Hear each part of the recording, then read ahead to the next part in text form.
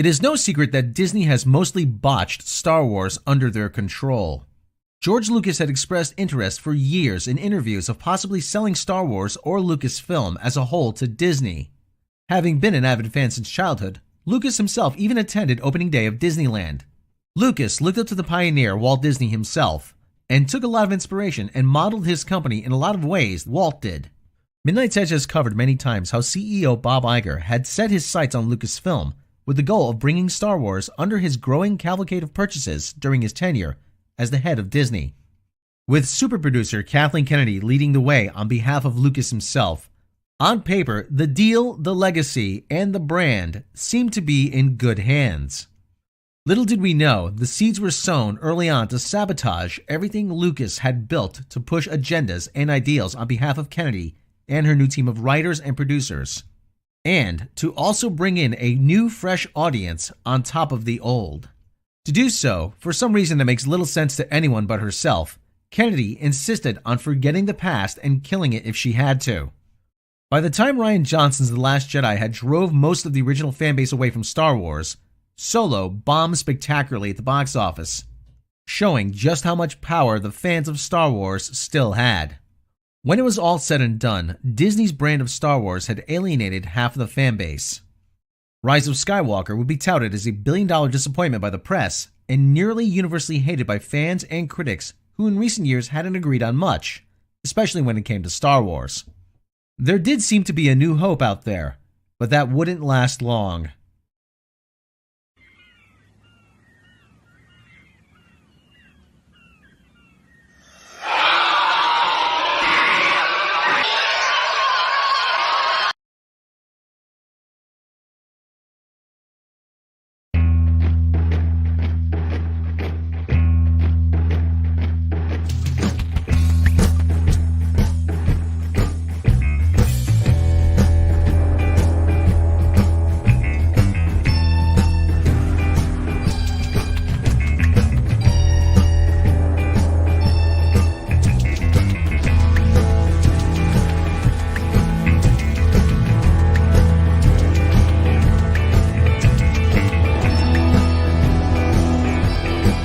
Good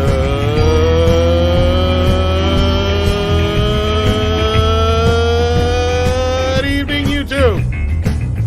Welcome everybody to the show.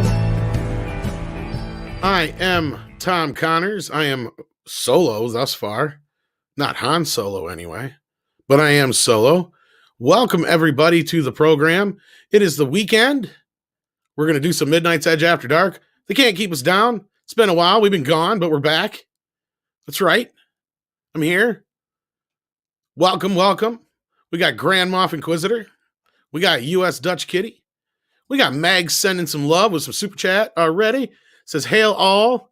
Wanted to drop this super chat. Can't stay and listen. Unfortunately, but will later. Hope you're listening later and you hear this. That Gina interview was, wow, inspirational. Hashtag we love Gina. That's right. We're going to get into that interview. We're going to break down some bits and pieces from it. We got some other things to talk about.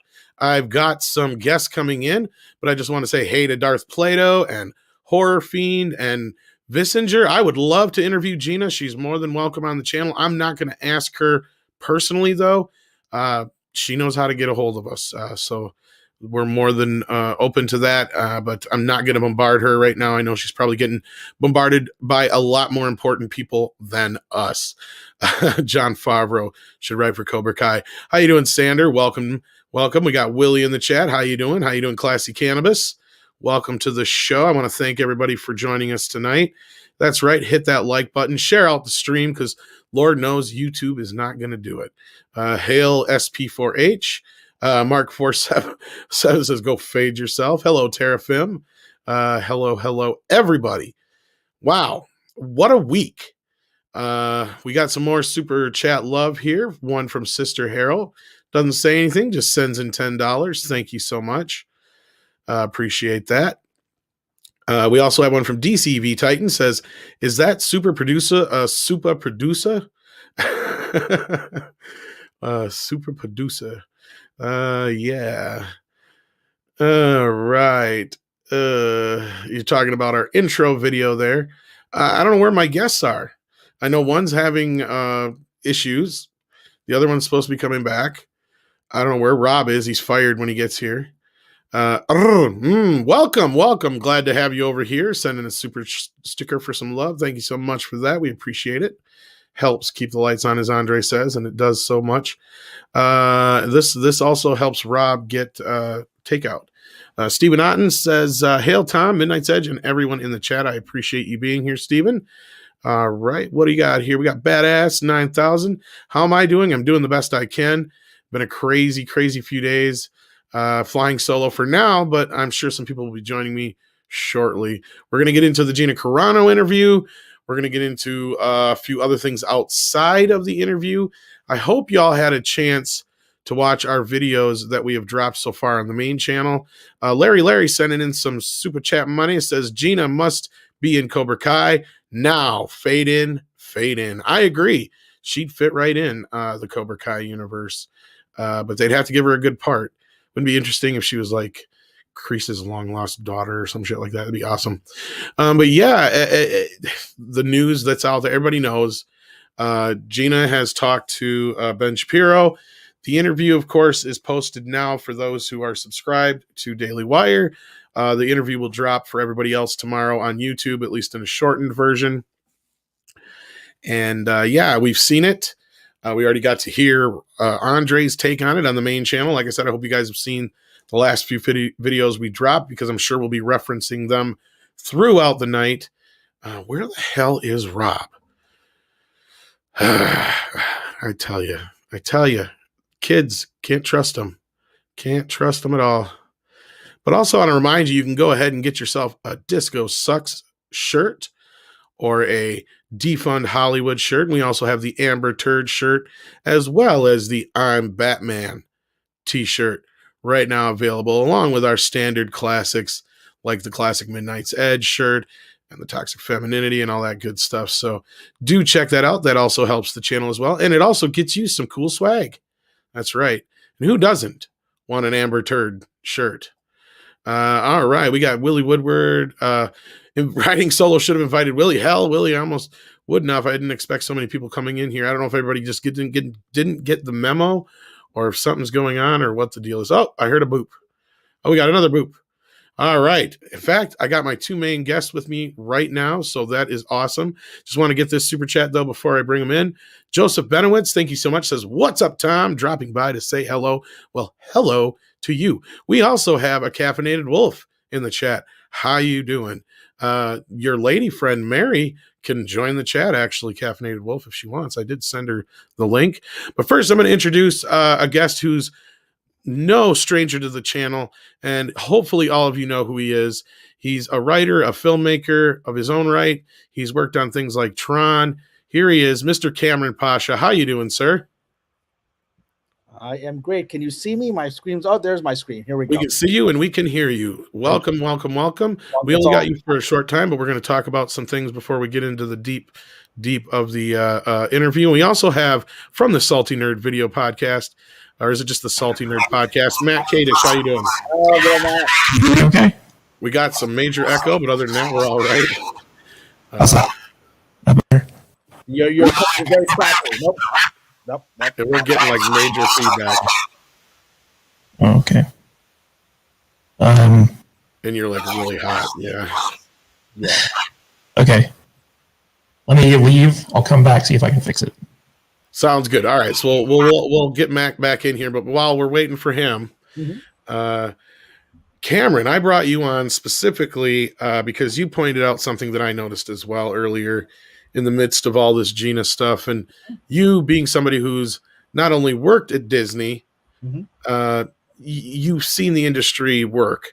Yeah. And what I'm referring to, of course, is they had to go right away and start digging even deeper to try and find something, just anything for people to not like and to smear Gina with. And that's clearly what this is here. And you reposted this on Twitter, and my thoughts reflected yours right away when I saw it.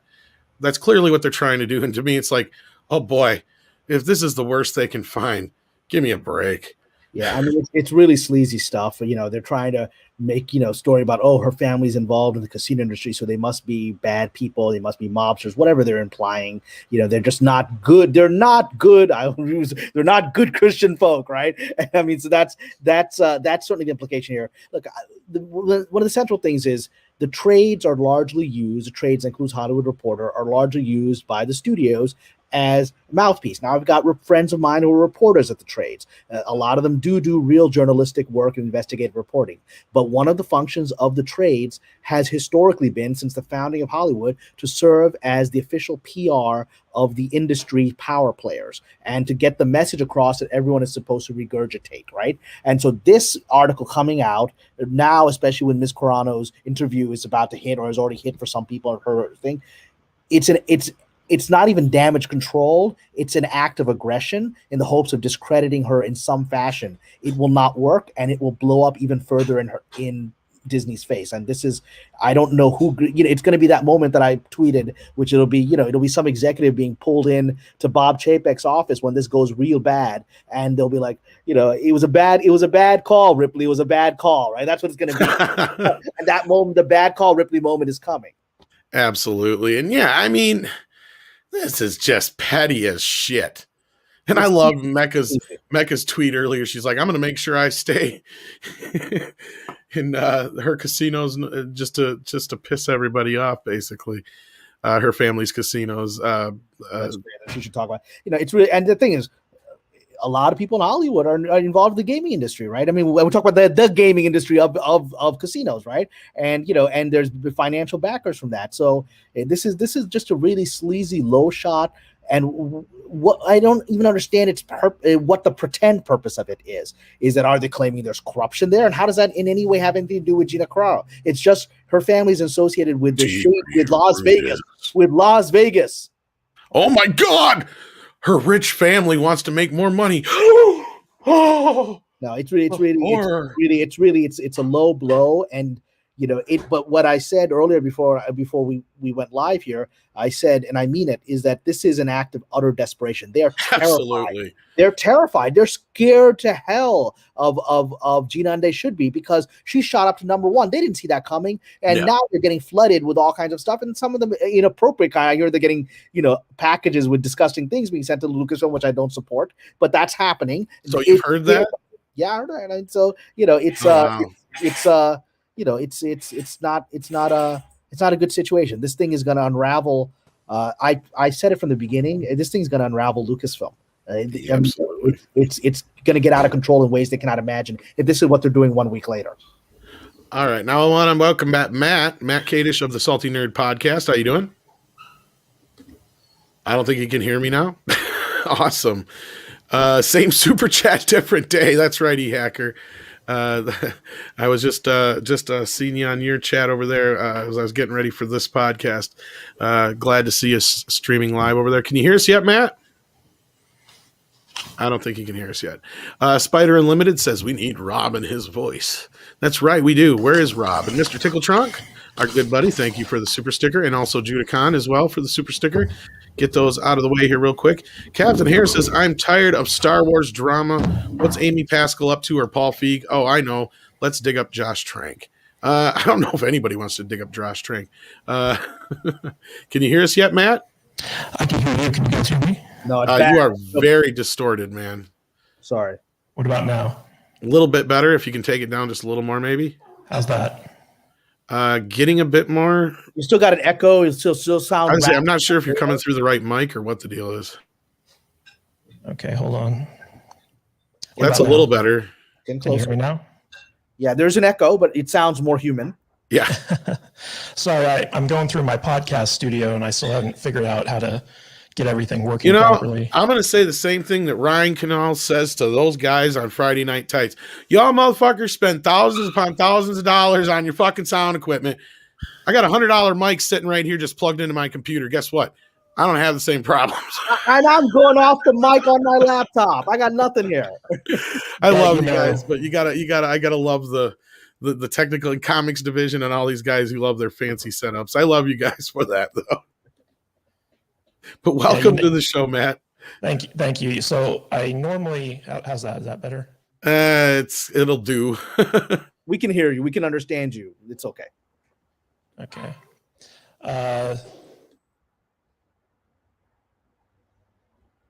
Now we've lost your Now voice. we lost you completely.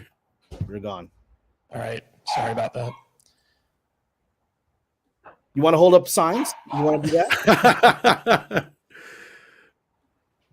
Can you hear me at all now? Yeah, it's we fine. can hear you. It's just, Go yeah, for it it. just Yeah, sounds it's fine. really raspy and nasty. But yeah, so basically what we're covering here is how the desperation of, in this case, the Hollywood Reporter, probably via Disney, are trying to just dig so deep to try and make this woman look bad. And this is the worst they could find.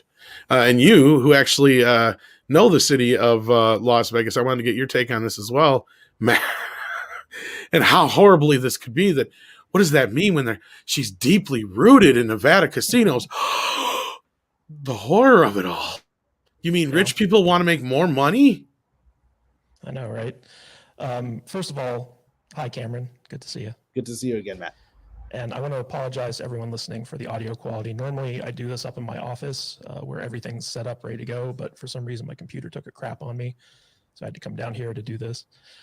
Yeah, so there's a small cabal in Nevada that basically runs the casino business. Mm-hmm. And it's all old money people. Donald Trump has a hotel out here, and he was blocked from opening any casinos by this cabal because they didn't like him.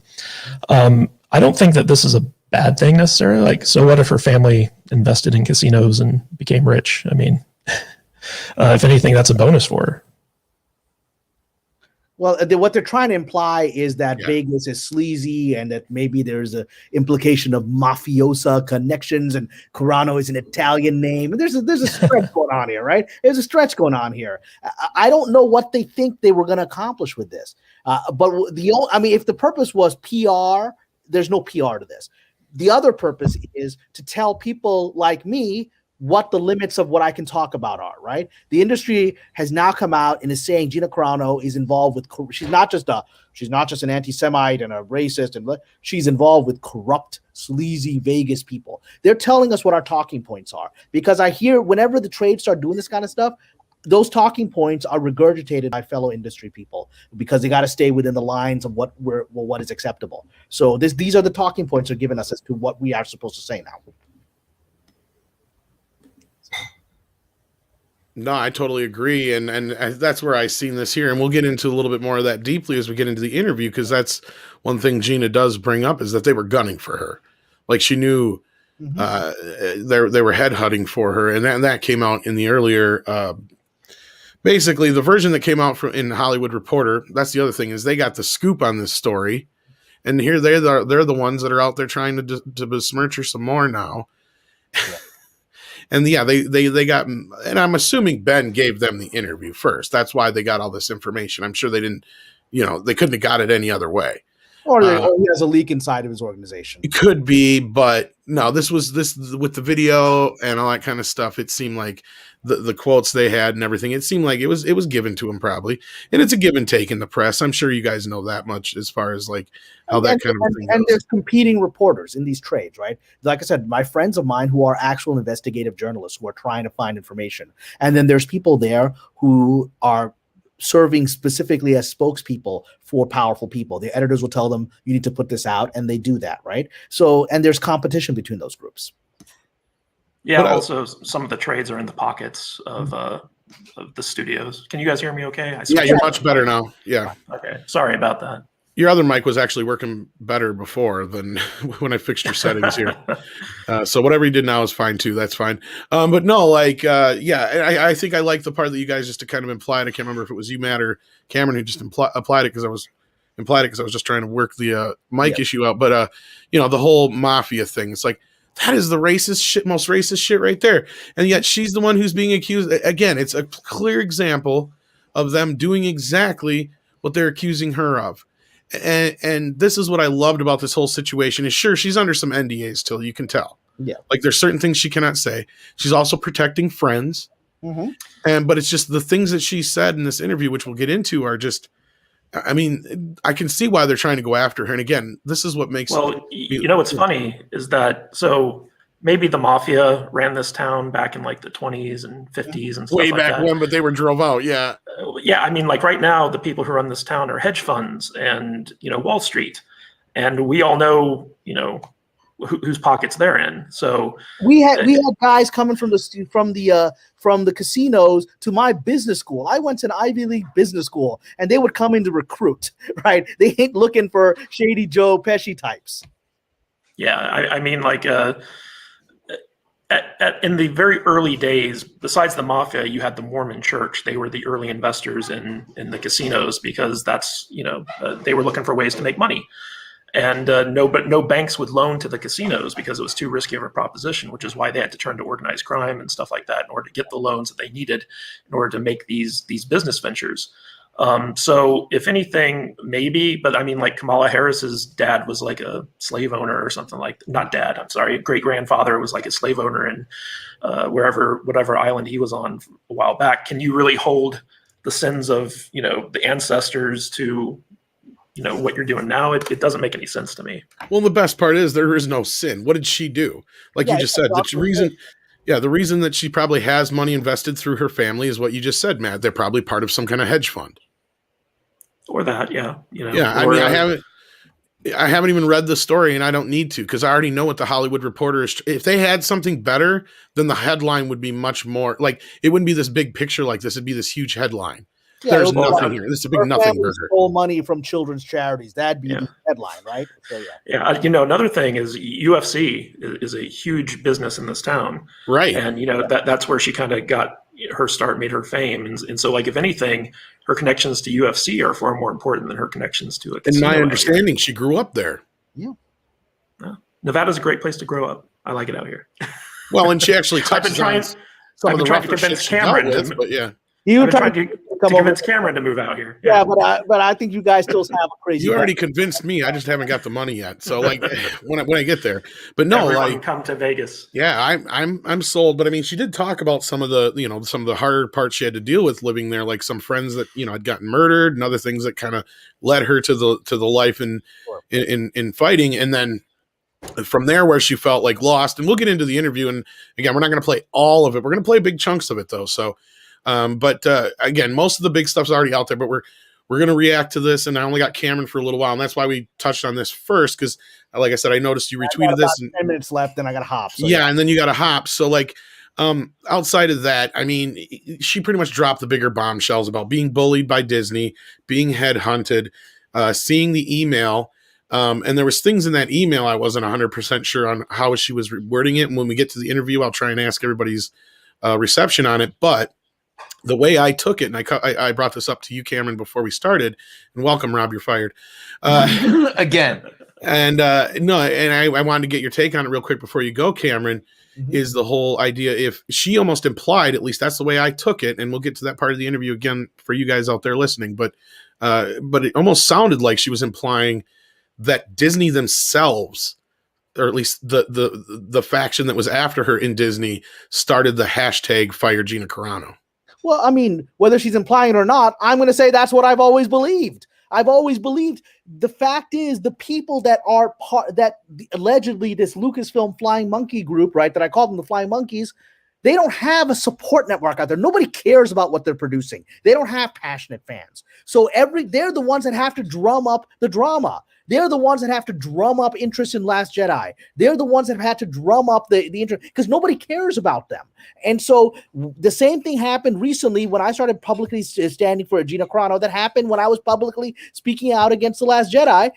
Accounts would show up that were 3-year-old dead Twitter accounts with no followers suddenly were always in my feed attacking me and Last Jedi, and now the same thing has started happening with Gina Carano. They pop up every time. You're like, this person, where have you been for the last 4 years? Some of you show up with no followers, and this is all you have to talk about. My immediate reaction as someone who worked at Disney, right, is that, okay, these are just some people actually sitting in the offices in Burbank who are typing away. These are actual Lucasfilm employees, the Flying Monkeys, doing this and generating these hashtags because they don't have a support base. They don't have anybody fighting for them the way Gina has fighting for her. So whether she's implying it or not, I'm going to say that's what I believe, and I believed it for some time, that Lucasfilm is actually using not just external PR firms, which people use. They're actually got these underemployed employees who got nothing better to do but to create drama, and they're doing that.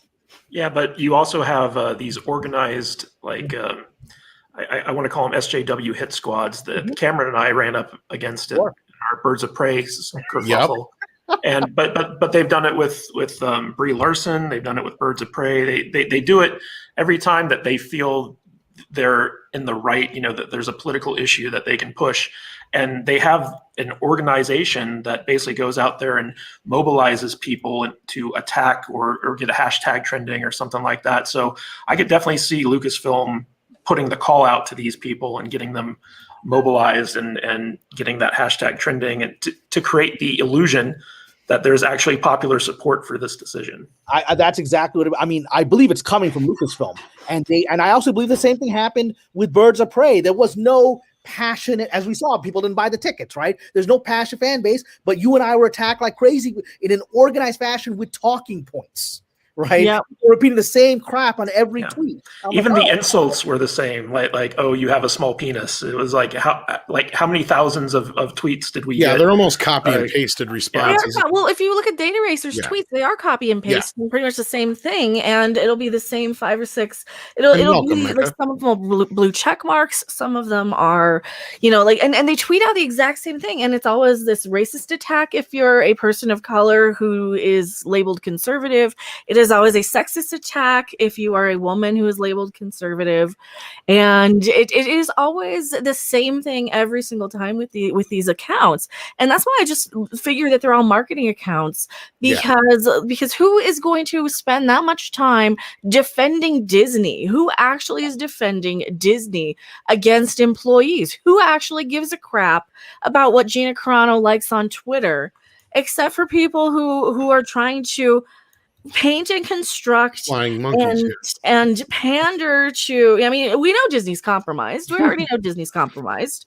It's like that's just what they're pandering to right now, because they can use that as their little political divide. Oh yeah. Yeah, normal people don't get that bent out of shape about something an actress tweets, And listen, as much as I love the New York Knicks, I'm not in anybody's face who tells me fuck the Knicks. Knicks sucks. I'm like, yeah, you're right, they do suck. I'm like, they have sucked for a long time. I'm like, so normal people aren't that concerned with what an actress says or does on Twitter. And I'm going to say something controversial here, which is probably the last thing I say because I have to hop, and I'm going to leave you with a controversial statement because I've seen it in this town, right? She was accused falsely of anti-Semitism because of that post that she made, which was misrepresented, right? I have seen that in this town, and I've had people say to me, right after this incident happened, a friend of mine, a very powerful producer, called me. He said, look, I'm Jewish. I know she didn't mean that. I know what she was saying, and I actually agree with what she's saying, but I'm not going to defend her because I don't want to get pulled into this frenzy, right? Yeah. And the frenzy is something I've seen before. I saw it whenever political factions in Hollywood need to cancel somebody, they will pull the anti-Semitism card and do it in a very organized fashion. This is, in the past when I've seen it, it has not come from a grassroots uproar. It's always been an organized uproar from people playing a game here when they've tried to do this kind of false implication cancellation using that topic. I've seen it with my own eyes. And so when I saw that happening, they had already said, okay, because they knew everyone in town would be scared of that topic. And it wasn't coming from grassroots. Let's be honest here. Most of these woke idiots that are defending Disney, from my own experience, they're racists and they're anti-Semites. They also woke idiots also believe there's a big Jewish conspiracy XYZ behind supporting Trump and everything like that, right? They think people of color can't turn on the internet, right? They so minorities can't. All scum. The people that are attacking Gina are all scum. They're scum of the earth. And now you had an organized thing. We're going to use a flag that's going to scare everyone in this town to shut up and is going to agitate the media. That's not coming from moron, woke 18-year-old activist who doesn't even know what happened in the 1940s and is barely aware of any history before 5 years ago. That's not coming from them. It's coming from a very sinister group of people sitting going, oh, we got our angle now. We got our angle. An organized cabal, would it be? An organized cabal? But Hollywood is a cabal. That's what it is. I mean, it is that. It is the biggest mafioso projecting onto to Gina.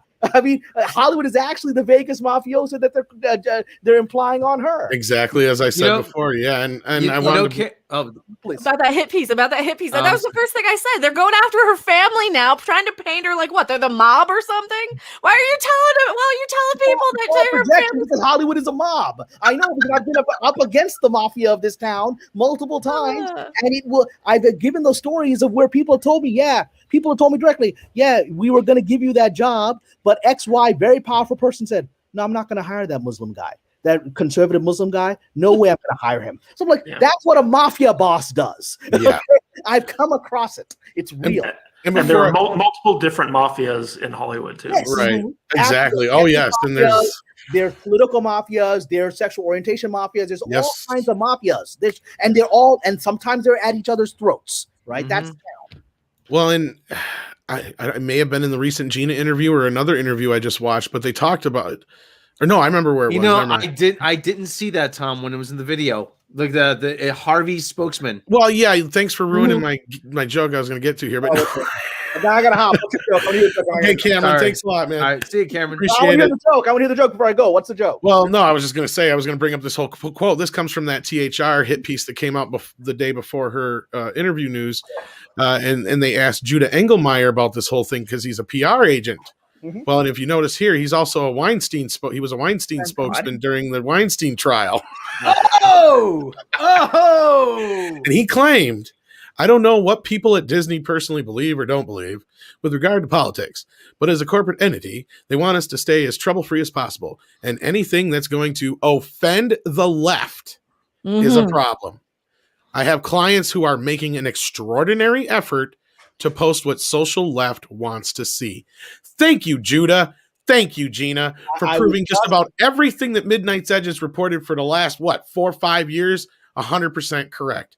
Thank you so very much. And the last thing I'm saying, I'm going to go, is I was just on a live stream with Mr. Engelmeyer 2 days ago. Very nice guy, and he was very honest about it. He was, yes. I got to say that. He's a decent guy, and he's honest about this, and it is what it is. All right, on that note, I hope nothing I've said is clipped and then used against my career, but then they've got 20 other people clipping my career.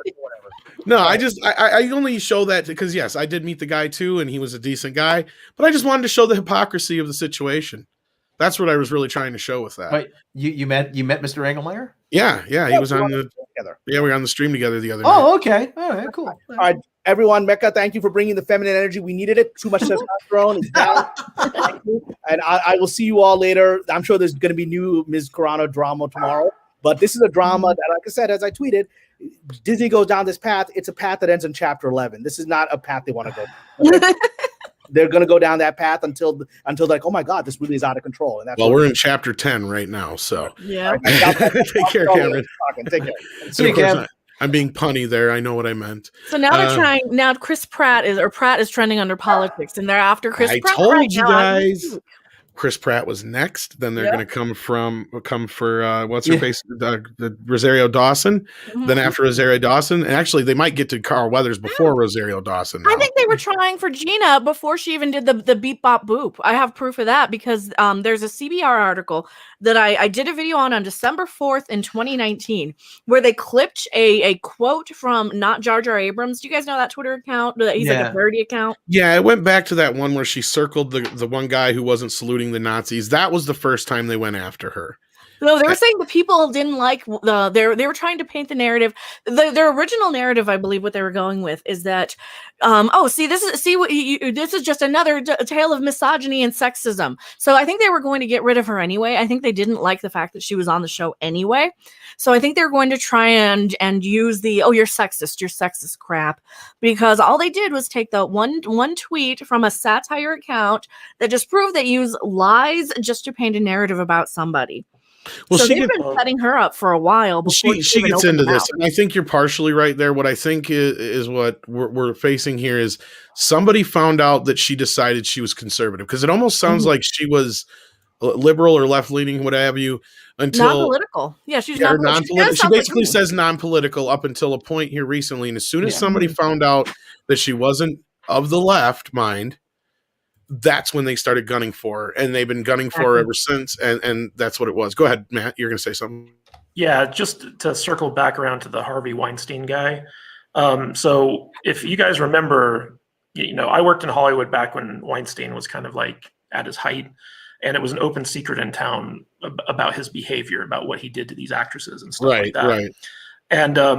And he had a circle of protection around him from like the Hollywood elite. Like people wouldn't report on this stuff, they wouldn't run stories about it. He was protected, and it wasn't until Ronan Farrow kind of broke through that and did like a pincer maneuver around his protection and got his story published with actual victims on the record, that it kind of came out into the public view. And once the public got a hold of it, his circle of protection could no longer keep him insulated from this. And if you look at his behavior immediately after that happened, so basically he came out and he said, "Oh, I'm going to start donating millions of dollars to the NRA, or to fight the NRA."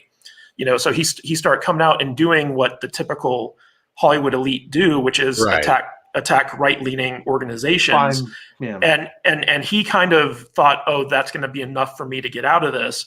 But because it went public, and also because the feminist mafia within Hollywood saw this as an opportunity to dethrone him and kind of usurp his power, he just had there was like a tectonic shift in the power structure in Hollywood against him, and he was unable to recover from it. But if you look at his behavior, a lot of this stuff a lot of the bad behavior that Hollywood often rewards is kind of satiated by attacking, politically expedient targets. So it's crummy, but it's par for the course for. Oh yeah, and again, I don't want the politics to get out of hand in the chat, guys. We know that there's a lot of political figures who are involved in this situation. One of them's on the screen right now, kind of. He's a political journalist, but it's part of the story. And yes, she finally basically admits her leanings now.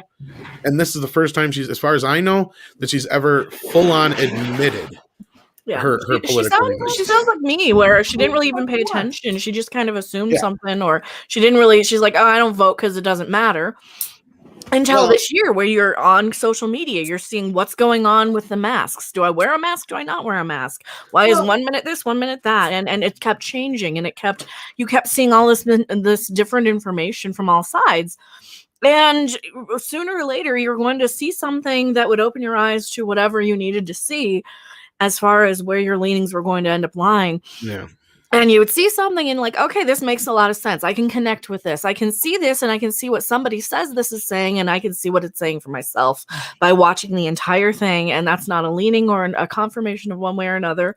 So please don't put words in my mouth. But the only reason I brought it up was because, they made it political, as cynical Lindsay says here. But I also was going to say we're going to probably jump through some of the more political stuff anyway, because it's not really relevant to what we're looking for here. What we're here to talk about mostly is obviously the entertainment side of things, what kind of bombshells this is, reveals about Disney, things that we've already reported in the past that it kind of confirms, at least tangentially, or however you want to put it. And not only that, just the type of atmosphere that Disney has over there, and that we've tried to tell people about for so long. And again, we're not going to play the entire interview, but we are going to play large snippets and chunks, and we're going to react to it.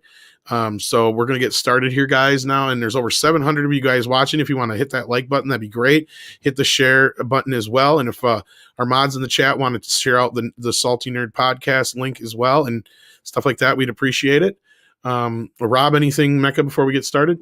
I just want to say I miss the days when Charles Barkley said, I'd play for the Ku Klux Klan if they paid me enough. Really, seriously. That's terrible. That's terrible. A terrible knucklehead. That's terrible. I can't believe such a thing. Matt Kadish, you terrible knucklehead.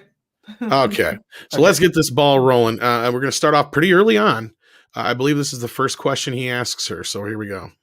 You said before that you felt like you were sort of on thin ice with Disney Plus and Lucasfilm for a while. What gave you that first indicator? First of all, why don't we start from the very beginning? How did you get cast in the show Mandalorian to begin with?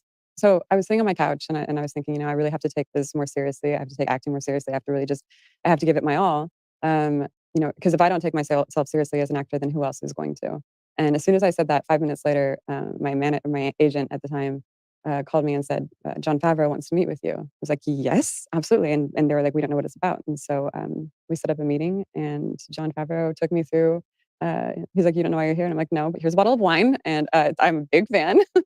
And he took me through all the concept art, and he's like, well, we're here to cast you as a part in our new Disney Plus series, The Mandalorian. And how quickly was it apparent to you that politics was going to be a problem, either in the production of the show or on the set or in any way? The interesting thing I think about this whole political thing in me is I'm not like you. I've never been really interested in politics. And then as soon as I started seeing what was happening, I guess in 2020, I started looking up like, well, maybe the adults don't have it under control.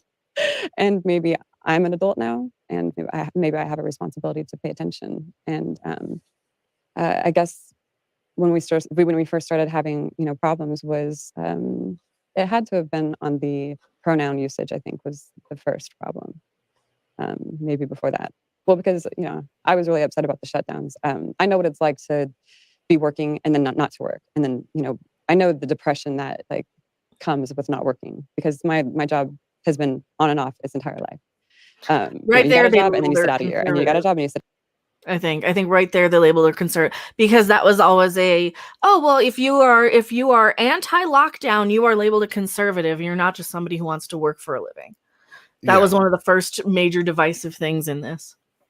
Yeah, I mean, she did like I said, there was a couple of things before the trans thing, especially like the one post, and then she may have said something about masks as well, about closing. Did she do the closing down one, or was that the other one that came later? No, that's right. She's talking right here about shutdowns, where she knows what it's like to be out of work for a while, is what she's going to start getting into here. Right. So now she's basically explaining the tweets is what we're getting through here. But again, I am playing a little fast, guys, so we can get through, because otherwise we're going to be here for 4 hours, because this is an hour-long interview. So we're gonna have to probably jump ahead here in a bit anyway. But so we're gonna play a little bit longer than this, and then we're gonna comment some more. So it out, and not having a job, not having purposes, it's devastating. You go through depression. It's not consistent, and I think I do good with consistency. Can you take us through sort of the controversy over the transgender pronoun, because that was the first time you started really trending on Twitter for politics? I ended up putting beep bop boop in my Twitter bio, and 100%. It was 100% to go to the Twitter mob that was telling you what to do. And it had zero to do with trying to go after the transgender community, because I would never do that. I'm just me personally, I'm not trying to target anybody or go after anybody. And so as soon as I saw people started taking that wrong, I put right after that, I was like, no, beep bop boop was like me just saying, I literally said to my friend, I was like, let's put something in my bio just to show like I can put whatever I want in my bio, just like they put like whatever they want in their bio, like Trash Panda and all this stuff. And like, so I just put these noises in my bio, and then there was this crazy meltdown. It was just a big, massive meltdown, and all the fear and all of the stuff goes straight through your skin, and you start like, whoa, what is happening? Well, like, I told you I didn't mean this towards this community, and like, you're misunderstanding it. And it was just a shockwave went through my body. So I was like, oh, this is what this feels like. This is uncomfortable. So Disney came to you and presumably Lucasfilm and asked you to put out some sort of apology, or how did they deal with that? I had a publicist at the time, and they said, you have to put out an apology. This is messed up. This is awful. And I was like, okay. I did say right after that tweet, I clarified for everybody, this was not directed towards the transgender community in any way. And I've also been watching celebrities apologize left and right, and it's very ingenuine. And I said, can you just give me a moment, because I'm kind of feeling emotional right now, and can I just do my own research? And so, they were like, okay, yeah, do your research, but you need to get on the phone tomorrow with our LGBTQ transgender section. And I was like, I'm feeling very emotional. Can you give me a second? And they said, no, you need to do this now. And so I did. I was like, okay, we have to do it now. Then let's do it now. And so I watched their documentary, and I got on the phone with them. And they basically were, just two very gentle people. And they were like, we're sorry, like you stepped in what they call a landmine. And we can tell, you're not geared against us. And they actually reported back to Disney and Lucasfilm, they thought it would be a bad idea if they canceled me, or if they let this affect anything, because I got on the phone with them and I said, hey, I got on Zoom with them and I explained, hey, I just, I don't have any hate in my heart for anyone. I just stepped in the line then. And after that, you said before that the Disney Lucasfilm folks said that you weren't basically to do any press after that for The Mandalorian. Yeah, so we went through this really long thing where it was like back and forth, back and forth. They wanted me to say this. I felt like it was ingenuine. I wrote out like this massive thing that said, I mean, I have it, and everything that I read through it, and I was like, oh my gosh, if I put out this statement now, it'd actually be very enlightening to how I was feeling a year ago. But they didn't want that. They didn't want that. I think, they thought, I was already taking too much attention off of The Mandalorian, which it was not my intention, because I know how hard everybody works on it. Because I mean, we got down to this like statement within like 2 words, like almost like 2 words, this ridiculous thing. And they were like, and they just said it was not apologetic enough. And I was like, I mean, it was shocking. Like, I want to communicate.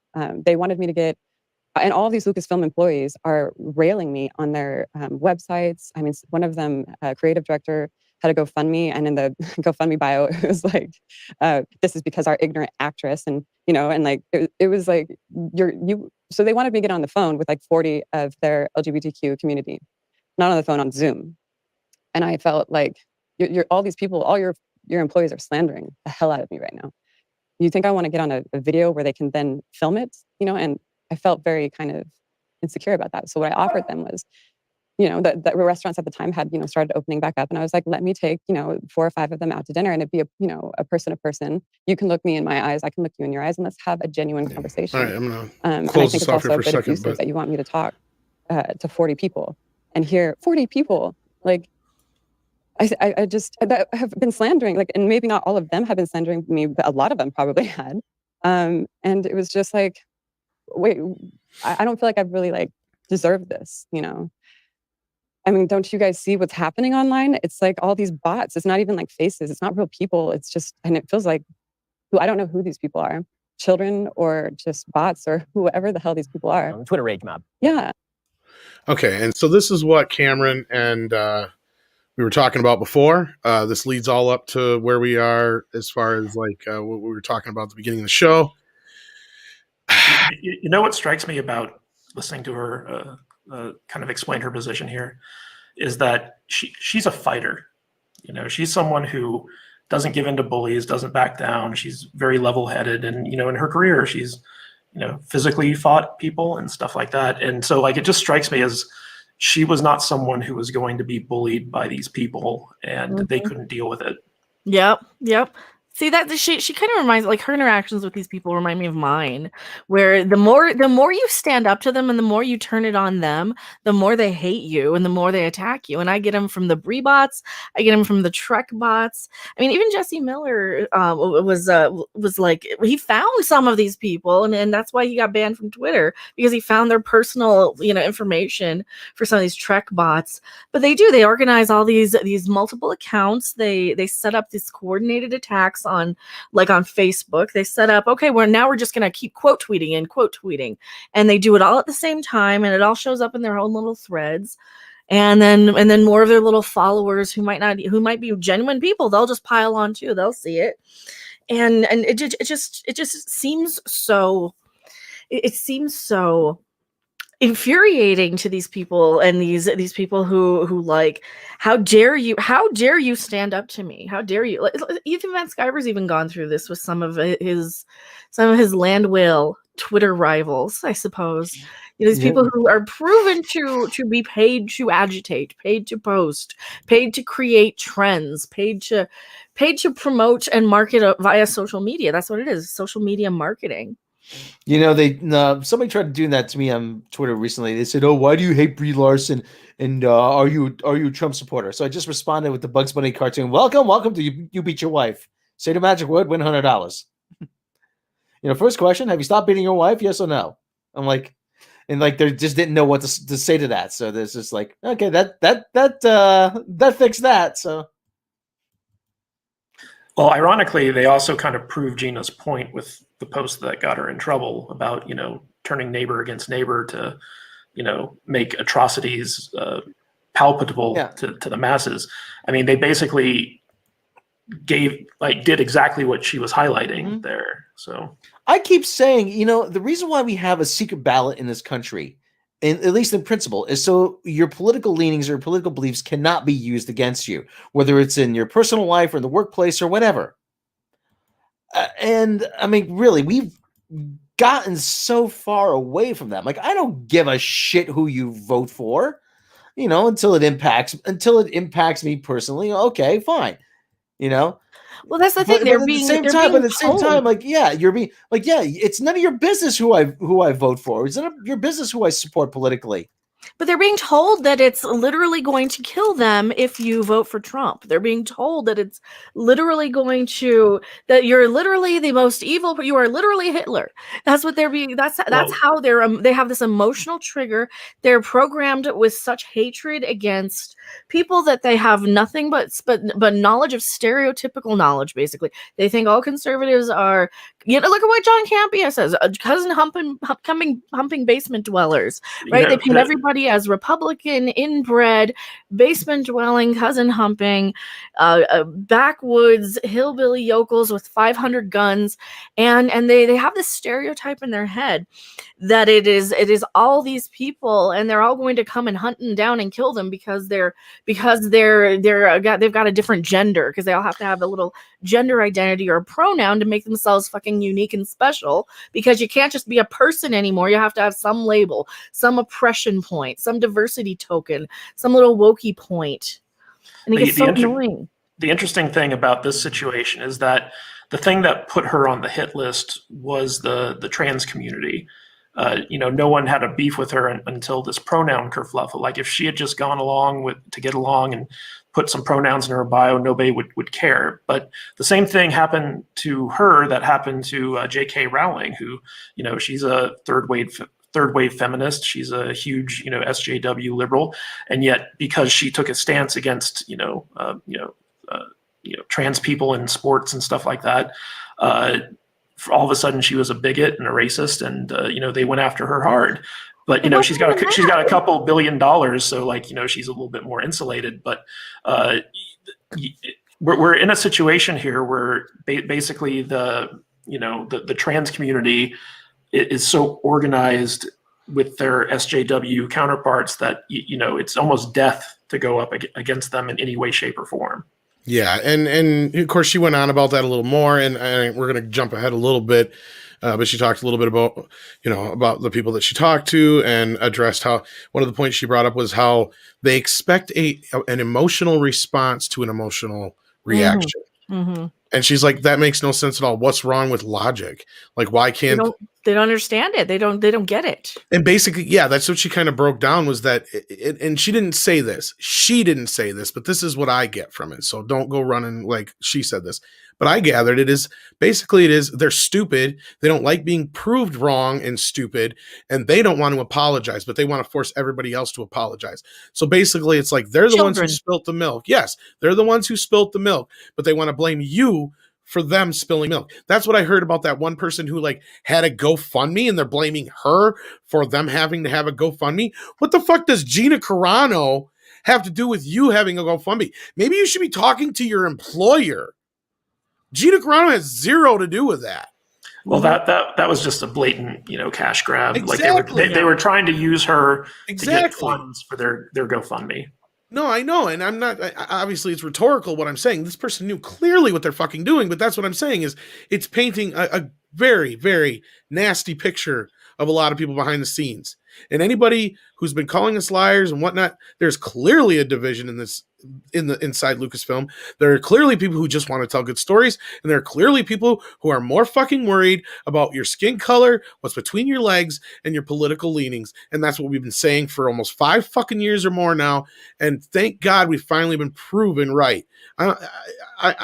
It's just sad that this had to happen this way, but I applaud it. Gina, and she gets into this later about how, if it happened to anybody else, which it has happened to others, Yeah. They're not strong enough to deal with this kind of shit. No, and that's what happens. Look at Brie Larson, and people always love bringing her up. There's the only reason I'm convinced the only reason she virtue signals so damn hard is because she wants to be accepted by that little woke mob so much that she has to bully other people to do it. Because she got called out for doing Basmati Blues, which was labeled as a racist movie, and it is a little racist for if you're Indian. It is pretty damn racist if you're Indian. For everybody else, it's hysterical. And it's one of the funniest movies I've ever seen. But the point is, like, you get these people, they will go out of their way to virtue signal. Look at Alyssa Milano. Look at all those people. Like, she got so called out for the Snooki blackface costume fiasco and every other stupid ass thing she does. Well, look at Daria Argento, and she was part of that movement too, and then she got caught screwing around with an underage guy. So, like, these people are nasty, horrible people who are just controlling controlling Hollywood in their little mean girl clique. Do you think Kathleen Kennedy being good at her job has any reason to do with why she's at the top and unfireable? No, Kamran Pasha said it perfectly on my birthday stream, and thank you so much for organizing, by the way, Tom and Rob. But like he said it perfectly that Kathleen Kennedy knows where all the bodies are buried, or he might have said it on High Council. She knows where the bodies are buried. She knows where every time an office affair happened. She knows every drunken karaoke night. She knows every illegitimate child. She has dirt on everybody in Hollywood, so they won't dare go after her, or else she'll get them too. Well, even that shit aside, she has the power of the fact that she's got 40 years of being Steven Spielberg's producer behind her. Let's be real. That in and of itself, without the dirt, is more than enough for her to do what she's doing. But she's clearly being, ratioed to fuck right now. And I don't know how much I believe of the stuff that's being sent to her or what the deal is, because we even heard that, supposedly even law enforcement alerted her to stay low and do all this shit. Like, I feel like they're setting up some kind of fucking narrative to like make it look like, oh, see what these conservative freaks did. They bullied poor Kathleen Kennedy out of the country, because she supposedly is off on some vacay somewhere. I have to quit, resign from Lucasfilm because I'm being bullied out of my job by toxic masculinity. Well, what I found interesting was, and I posted it on a few different places where I saw it, but George Takei was one of them, where he flat out said something about the Gina Carano thing, and I said it's not just conservatives who are upset about this; it's everybody. That's the problem. And I brought this up a few times, and I'm sticking to it. The biggest problem they have right now is they're under this fucking brainwashed idea, or it's these people that are pushing it, be it the flying monkeys that Cameron refers to them as, or whomever they are, the woke mob, whatever. They come in and they just take over. And they make you believe that it's a black and white thing or a red and blue thing in this case, when they don't realize that most of the country is pretty purple. Like, there's a lot of in between. What's weird is that there are multiple examples of the inmates running the asylum when it comes to these big media companies. Yeah, she brought that up she thought that the grown-ups were running the show when she realized they weren't. Yeah, but like look at Spotify, where they had like a revolt amongst their ranks because of Joe Rogan. If you look at the New York Times, where they had a revolt amongst their staff because they were publishing op-eds from conservative senators. I mean, it's very strange that these companies get in situations where they hire so many people who are like so rabidly political that they actually go against good business decisions. Absolutely. It doesn't make any sense to and me. What bothers me is that the aboves are allowing this to happen. That's the thing that boggles my mind. Is that typically the money people are in alignment politically with these people. And it's just that sometimes what's good for the company kind of goes against what the people working for the company believe in. And that's when you get situations like this. It really is, I think, Kathleen Kennedy's fault for hiring, people like, I think we all knew that the Story Group was very, like third wave feminist, SJW, like far left politically. And I don't think that's changed. In fact, I think it's probably gotten worse over time. And again, see, there's the thing. There's this misconception that, there has to be this clear line between politics and wanting to tell good Star Wars. At no time have we ever claimed that anybody involved with The Mandalorian had any right leanings at all. No, basically all it is that there's There's a group of people who just want to tell good Star Wars stories. And now what we're seeing is KK systematically tearing this down. So you can believe what you want, but what I see is clear in front of my face. And they have gone to the extent where they're willing to destroy this woman's livelihood, career, and possibly even her life if they can, just to prove a fucking point. Yeah, One way or the other, whether it's politically or just to prove. Maybe not if you keep your mouth shut politically, even. Like if you Chris Pratt. They don't want you to abstain either. They want you to be on their side. They want you to be jumping people into their gang. They want you to be an active participant in their cult, or else you are ostracized and canceled as well. You can't be non-political even. I could be wrong, but I think Carl Weathers is also kind of like right-leaning. But he has no like social media presence, and so he does a little, and he does post a lot of left-leaning stuff, but he has twice now come out in support of Gina Carano. And I too, Matt, coming from the era that he does, I would think he would be a conservative, but you want to know what? He may not be, but I'm willing to bet he's one of these people that Gina brings up and Ben brings up in the interview. Maybe not a conservative, but like more right-leaning than exactly. They bring it up in the interview that there's plenty of people, especially in power, that agree with that, who are being quiet and silent right now because they're fucking scared shitless. You want to hear a funny story? Go ahead, Rob, and then Matt will get your story. Proves what your tweet in the first place. If people are too afraid to speak their beliefs or say, take. But I want to let everybody. Yeah, but I want to let everybody talk. So, Rob, you had something to say, and then Matt, you're going to say something. Yeah, sorry. Carl Weathers is old enough to remember the pre-Civil Rights Act era. Of the South before that kind of stuff. So, but he's also mature enough to say, "Hey, you know what? I don't give a shit. I don't give a shit if she's conservative or not." And I think that he is one of those people. Yeah. Yeah. So, at the same time, and like I said, he has the maturity and he has the intelligence to say, "Listen, you know what? You want to silence people? No, you don't silence them. Let them speak." Exactly. And Mr. Tickle Trunk says with $5, thank you so much. Political leanings, judgment, sex life, and personal demons used to be personal.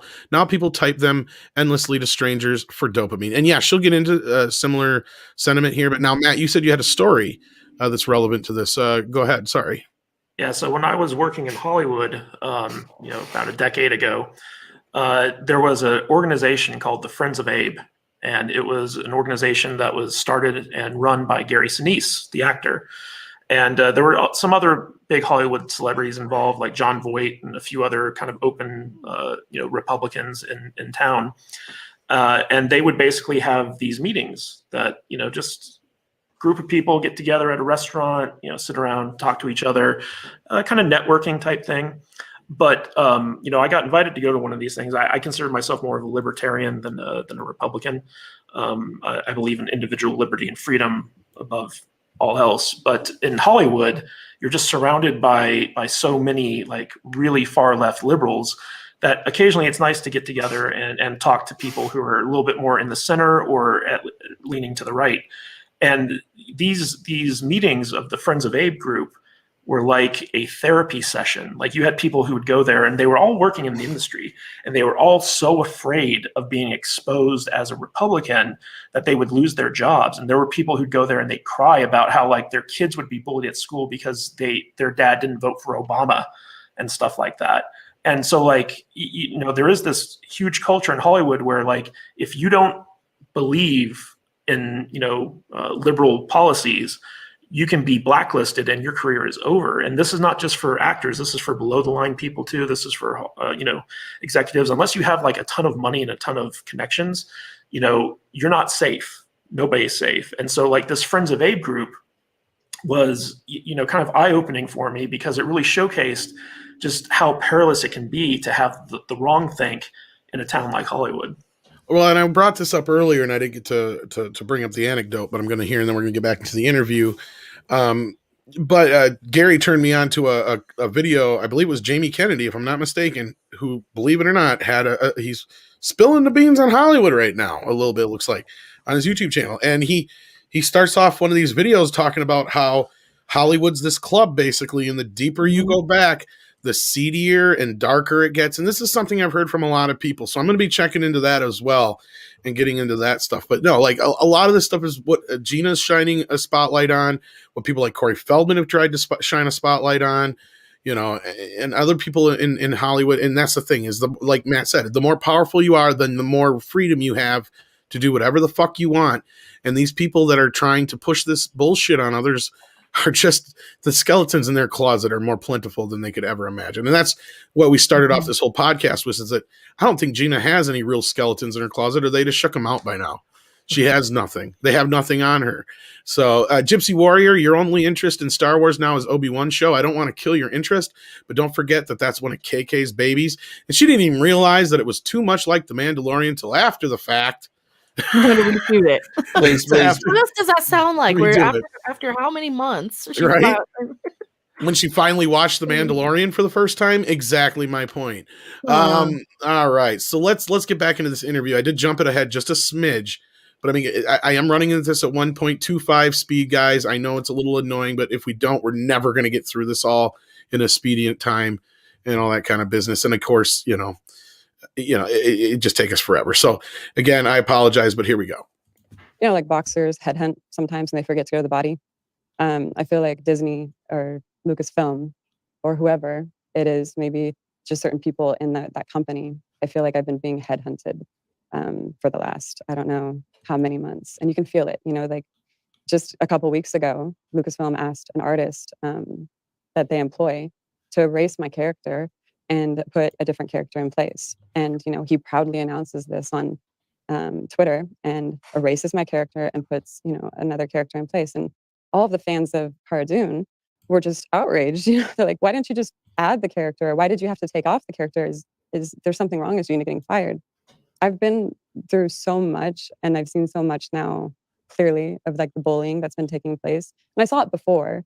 It's not like, I'm not the only one that's ever been bullied by this company. And I know that so deeply that I could share a story and it would turn things around in the media, but I can't do that because it would be selling out. A friend that I don't really have the same views as, but I'm not gonna, sell out somebody to take the attention off me. So if that person said something about how hard I went to bat for that person, it would change things, but everybody's afraid of losing their job. I think that's a good place to stop it for that. Cause this is something we found out about yesterday in the THR report. And you can just feel it in her voice. I mean, even at that 1.25 speed, like something went down. And this is what I said before with some of her tweets. Like you can tell something went down and somebody hurt her bad. Or felt like somebody stabbed her in the back. And I just want to give her a hug. She's so, you can tell something's up there. And so I don't want to go too deep into this, but let's speculate on who she's talking about. Pedro Pascal. Do you think that's who it is? Yeah. I think Pedro stabbed her in the back. And I think Carl is defending her and she doesn't want to get him hurt too. I think they might have threatened her and say, hey, you do this or we're going to get rid of Carl. Carl Weathers seems like a real dad kind of figure. He's so cool. I saw him in person at a convention in Newcastle. So cool. What do you think of that, Matt? Do you think that the person who stabbed her in the back was Pedro and the person she's trying to protect is Carl? I don't know if she's trying to protect Carl necessarily. Or you think she's trying to protect Pedro? Or maybe Jon Favreau. I think she's trying to, I mean, I don't know who she's talking about when it comes to, the person she was saying that had a similar experience and she went to bat for. But I do think that Pedro Pascal, he has a sibling who's trans, he's very outspoken. He was also asked to take down that one tweet, remember? Yeah, but I think that, him being the star of the show, he also carries a lot of weight with Lucasfilm and, he's in all the right circles and I could see him, kind of going after her and throwing his weight around a bit if he didn't like her. So that would be my guess. Again, right. I don't have anything to base that on. No, again, we're just speculating. Right. We're just speculating, guys. We have nothing to go on here. And again, I honestly think I'm a little bit with Mecca on this. I think it might be Favreau as far as the one she's protecting. And I think that's the one not the one she went to bat for, but I think that's who she talks about when she talks about certain people and certain things. And because here's what I got from my source. The day this went down, I heard this story basically. And this was all before it came out in the press, None of the contracts have been signed. Nobody involved with the Mandalorian gives a shit about her tweets. That was the specific wording. Nobody involved with the Mandalorian gives a shit about her tweets. Like, so basically what they were saying, and there's plenty of people who are involved with the show who are left-leaning and are not anti-vocal about it at all. And basically what I was getting from this is everybody on the show liked her. And you can kind of get the way she's talking about is this, all this Lucasfilm employees coming after and shit is stuff from the outside, it sounds like. And again, Favreau also has a history where he almost got Me Too'd or whatever you want to call it out of fucking Hollywood a while back. And so I'm not sure if that's maybe what she's kind of also referring to, because maybe they got Favreau under their thumb a little bit. You know, he can only do so much, man.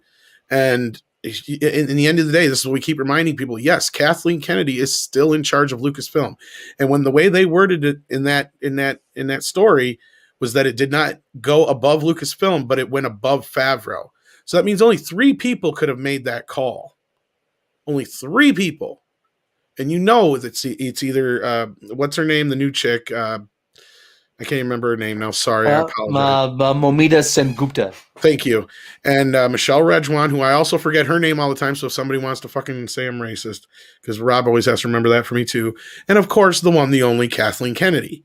Those are the only 3 people at Lucasfilm who can make that call, besides Jon Favreau. I don't think Michelle Rejwan does much of anything these days. I think she's going to take the fall for something here pretty soon.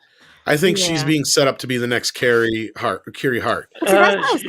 She's too closely aligned with J.J. Abrams, though. Like, I don't see them pulling that crap with her.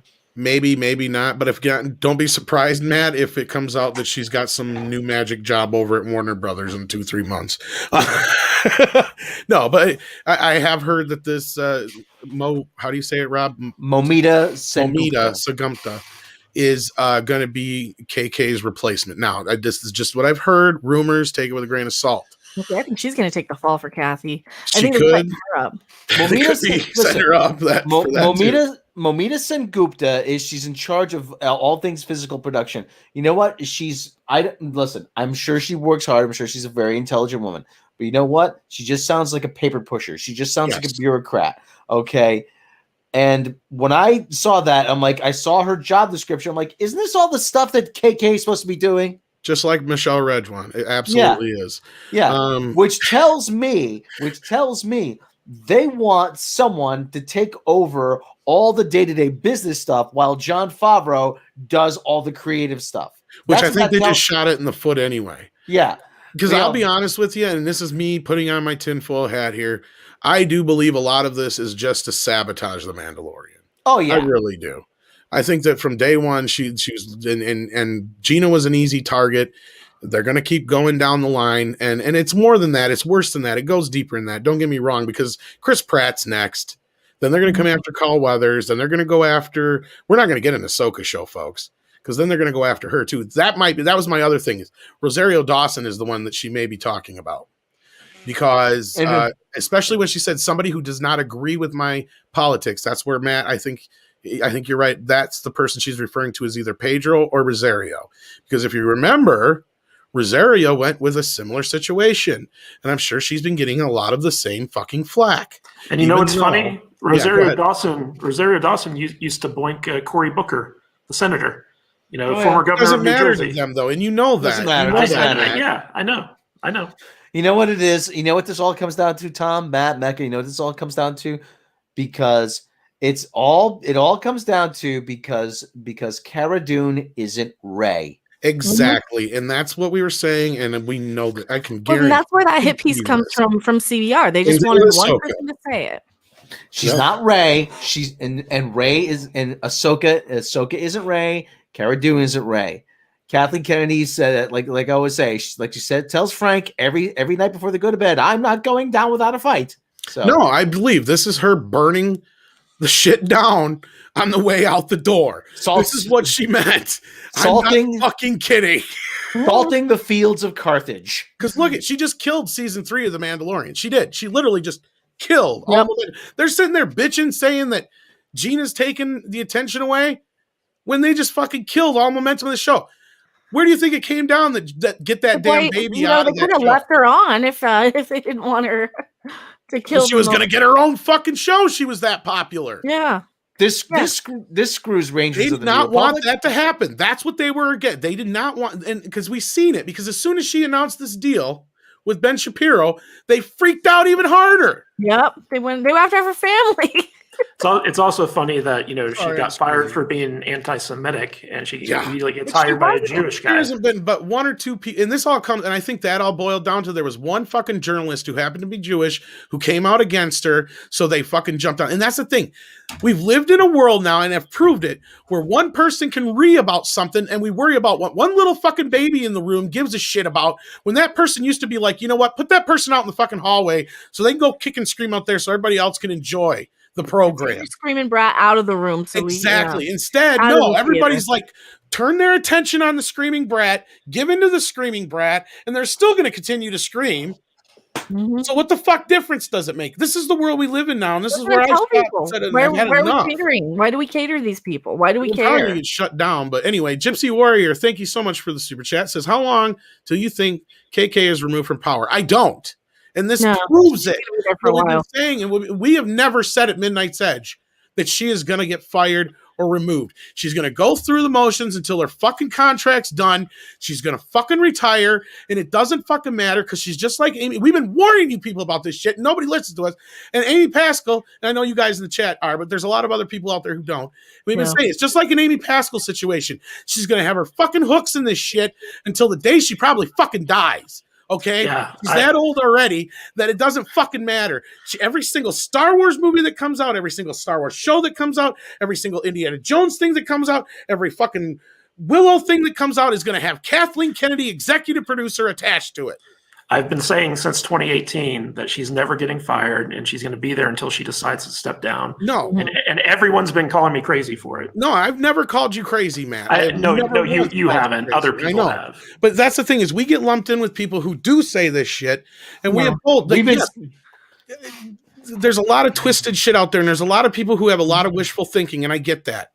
And like we've also said, they're not going to erase the sequel trilogy. They're going to ignore it. They're never going to erase it. And what it matters if it. We already have the memory of it. We've been saying that she needs to go, but we haven't been saying that she's going to be fired.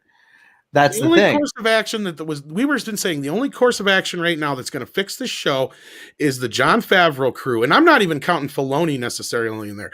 Filoni has his own fucking agenda. Yeah. I think Filoni just wants to bring back Ahsoka.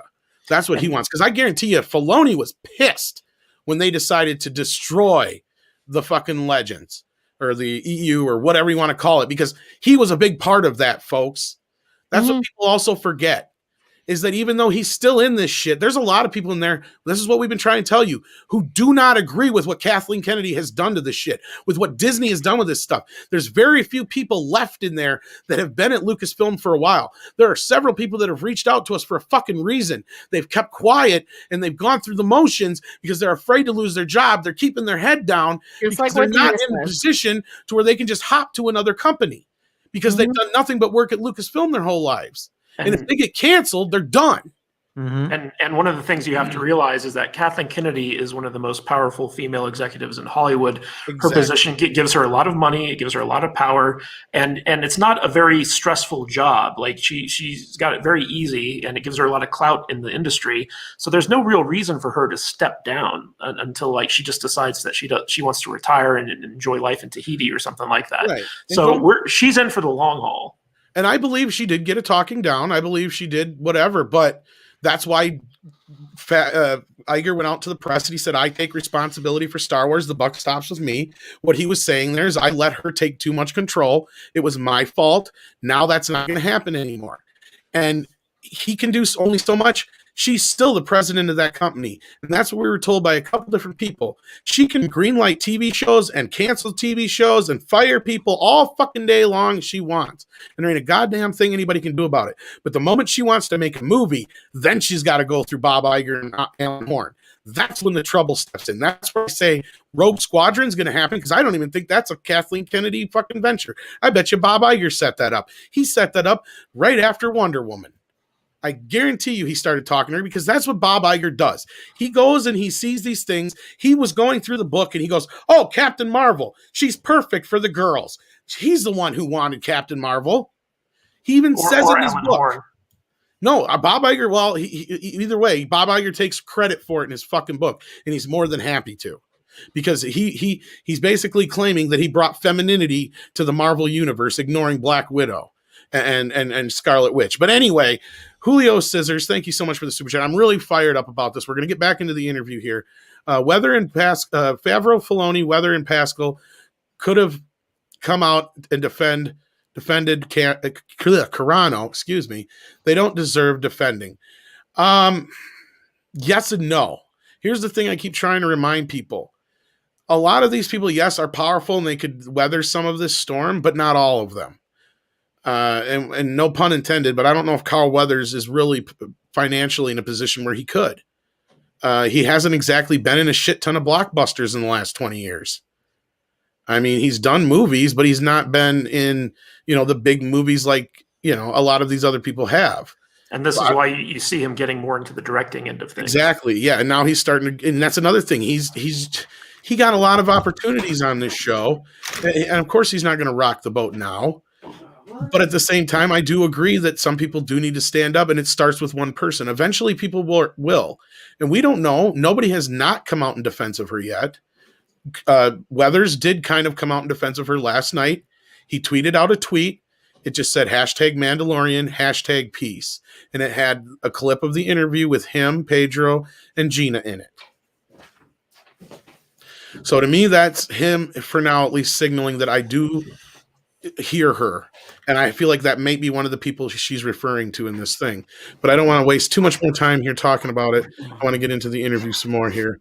But yeah, Julio Scissors, I get where you're coming from. But yeah, I don't know. Do you think Feige would be good for Lucasfilm, says Gypsy Warrior? Oh yeah, Feige is what they need right now. He's wanted to go over there. That may be one of the possibilities. I'm not so sure Favreau wants to stick around after all this shit. I really don't. And he's not somebody who's going to stay here forever. I'm sure as Matt will, say, I mean, he's going to want to go do other things. Yeah. I mean, all he's doing is producing a TV show right now. That's his job. He may want to do another movie, but or more TV shows. I mean, who knows? He has a long history of producing TV shows. So, but this one, he seems more hands-on because he's writing almost every episode.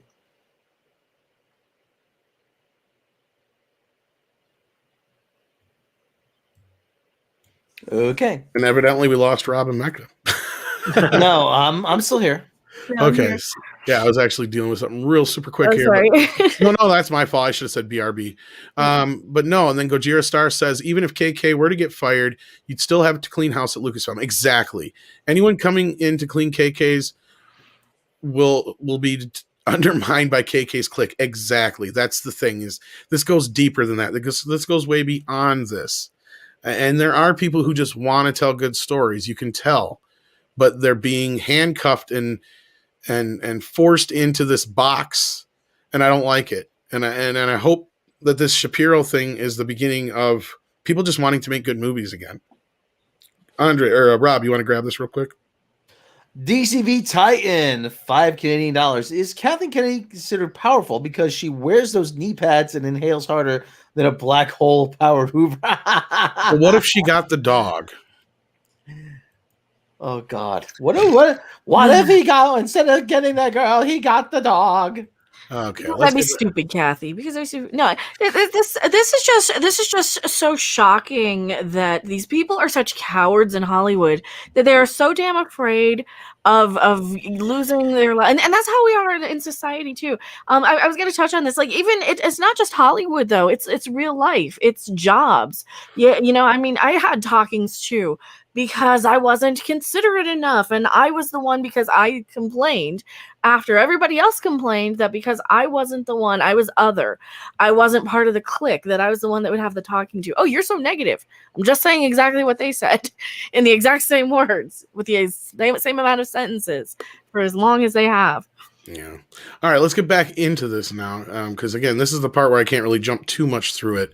That comes later, but she's going to continue on here. So they announced publicly that you're not coming back after this post that you put on social media, and we'll get to the contents of the post in just a second. Did they ever come to you and ask for an apology? Did they ever come to you and coordinate with you in any way, or did you just essentially pick up a newspaper one day and you read that you were no longer on the show? I looked on the internet, and you check your Twitter, and I'm trending, and the Fire Gina Carano hashtag worked. So Disney never contacted you and asked for some sort of back down or some sort of explanation. It was just, you're done, and you find out essentially the same way everybody else did. Well, yeah. I mean, I saw somebody from the company accidentally sent me a conversation of that they were tracking the Fire Gina Carano hashtag on content that had nothing to do with me. It was actually had zero to do with me. And then all of a sudden, I always get thrown in the mix. Like, okay, so this is trending, but let's put her in there, Fire Gina Carano. And they accidentally sent me an email, which was very enlightening. So I knew they were paying attention. I know that there's some people that went to bat for me, but I know that they didn't really win out in the end. All right, that's the part I was talking about, where it almost sounds like she was saying that they created the Fire Carano hashtag. They did. I think they did, because I remember. Do you guys remember what the other hashtag was? Because I remember there was something that I was covering, and then all of a sudden the Gina Carano stuff happened. Do you guys remember all that, or because I remember there was some other hashtag? I don't recall another, but I do remember every time we try to do anything positive, they would come out of the woodwork. That I remember. Well, it might have been a Justice or I Stand with Gina or something. Maybe. We love Gina. I remember that Jack Dorsey, the guy who runs Twitter, used to be on the board of Disney. And so I wouldn't be surprised if there was collusion there, where someone at Disney calls him up, says, Jack, can you do this for us? And he's like, yep. I wouldn't be surprised at all. And we noticed right away when, the hashtag cancel Disney Plus was trending, it wasn't trending for very long, even though it was still, everybody was still, it was out there. We knew they were going to pull it down. Same thing with the KK, the video that we knew they were going to pull down the comments and shit. We know the routine. It's almost like we can time it, like the weather. Oh, this was right immediately after Anna was getting slammed for her She-Hulk thing. And right after the Super Bowl. It was something for the Super Bowl. It was like people calling out the stupid woke. I think maybe they were trying to get back at everybody for tuning out of the Super Bowl and mocking all the stupid woke commercials. I think that might have been it. And so it was like some Super Bowl thing, and they had just removed Aunt Jemima from the label. And, imagine being so scared of seeing a black woman's face that you got to remove her from a label after she was the highest paid spokeswoman, pretty much in history at that point. I always say about to people who think it's so important to get Aunt Jemima or the Uncle Ben's guy off the box, or the Indian lady off the butter. The butter, yeah. And I'm like, we do have real problems. Oh, but we can focus on more than one thing at a time. I'm like, yeah, nobody's saying we can't walk and chew gum at the same time, but at the same time, this doesn't fix anything. And she basically confirmed some of our reporting, and that was that Favreau and a few others did go to bat for her. Yeah, I would think Favreau was the one who stepped up to the plate to try to defend her. Clearly. Yeah. And she does talk about him in a little bit. And again, we got to go ahead. Oh, at the very least, I think he would at least be trying to plead with Kathy. Hey, think of the show. Think of the ratings. You're getting the credit for this. That's where I know at the very least. She don't give a fuck. She wanted to sabotage the show. Why do you think the baby left too? Yeah. I don't care. I want that bitch out of here. Yeah, what's the number one piece of merchandise that it probably is just a slap in her face that she was wrong. And that's why she had like why would you send off Baby Yoda when he's the most important, popular part of the thing? Like, I even have the life-size one back there, and I didn't even watch season 2 of Mandalorian because the show wasn't that great, but I like Baby Yoda. And I like Cara Dune. Because, Becca, she takes away attention from my perfect Rey. Exactly. She takes attention away from the character. She's like, I thought you guys hate so you stupid people don't like the woman we gave you, the most bestest woman ever, but you want this stupid bitch because she's and then all that. That's exactly how I hear Kathleen Kennedy talking about this. Because even in Favreau's, because I'll be honest with you, Favreau's not the greatest writer in the world. I don't like most of it. I like some of his movies, but not all of them. I like a lot of his earlier stuff, but I wasn't a huge fan of some of his middling stuff there. And then, he's gotten better with the Marvel stuff and whatnot. But, again, then he turned around and made Lion King a couple years back. I mean, and that's what he does. He does a movie for them, and then he does his own thing. I get it. And we said before, he's already kind of gone through this, and he can't really just necessarily throw himself out there. So I'm not making excuses for him, but he also hasn't said anything yet.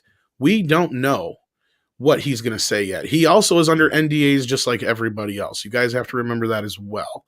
So yeah, the Kennedy camp won this part. So they won this battle so far. That's what this is. And we're going to get back into this now. Rob, did you have anything to say about this? I know Matt stepped away for a moment. So not really. Just, hey, listen, at the end of the day, Kathleen Kennedy is the benefited from being in the right place at the right time.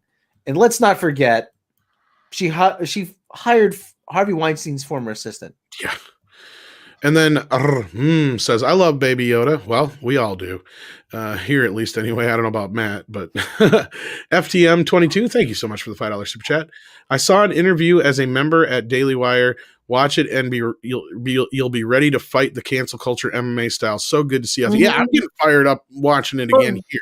Right. The way she's like, I defend I didn't want to bend to these bullies, to this mob, and how she just defends the little guy. She's a fighter. She talks about how she's just so hot blooded. I'm like, I love this woman. She's that's what I want to be when I grow up. Exactly. She's the hero we want in our movies. Right? Like, you want female representation, yet you cancel the only woman. Like, Kathleen Kennedy, you're such a hypocritical bitch. What the fuck's wrong with you? You only want these perfect little bitchy Mary Sues who get fucking abused by their boyfriends when they rip off your fucking necklace right off of your neck. And seriously, no, I want some woman who's going to be strong and tough and be her own person and not bend to what you stupid people tell her. Like, seriously, how hypocritical are you? The force is female unless you don't do as you're told and sit down and shut up and submit. Fuck you, Kathleen Kennedy. A beautiful, full-figured woman who looks like a woman and not a Pez dispenser. She's not with a giant head. She's not even that heavy. She's muscular. Yeah. Well, yeah, but it's like you said, she's actually, she looks like she could kick your ass, and you'd probably enjoy it too. And then Crazy Pineapple, I love that name. Haven't seen you in a while. It says SJWs replace morality with politics. It's about right and wrong, not left or right. Exactly. It's what Gina Carano points out and Marina Sirtis fails to see. Yeah. Very well put, indeed. I agree with that sentiment. And we're going to get back to the super chats. We're going to get into this just a little bit deeper here. And you guys are being amazing in the chat, so I don't want to make you wait too much longer because, it's getting juicy here. She's going to get into the juicier bits now. So let's talk about some of the controversial social media posts, because I think it's good for you to be able to explain exactly what you meant by this stuff, since people have deliberately misinterpreted nearly everything. Yeah. So there are a few of them. There was the one right after the election in which you essentially said something that I think virtually all conservatives believe, which is if you want to stop voter fraud, you need a voter ID. We need to tighten up the voter procedures. For some reason, people found this very controversial. Right. So that one seems fairly self-explanatory to me. Yeah, well, this is not something I say with pride, but it was my first time voting.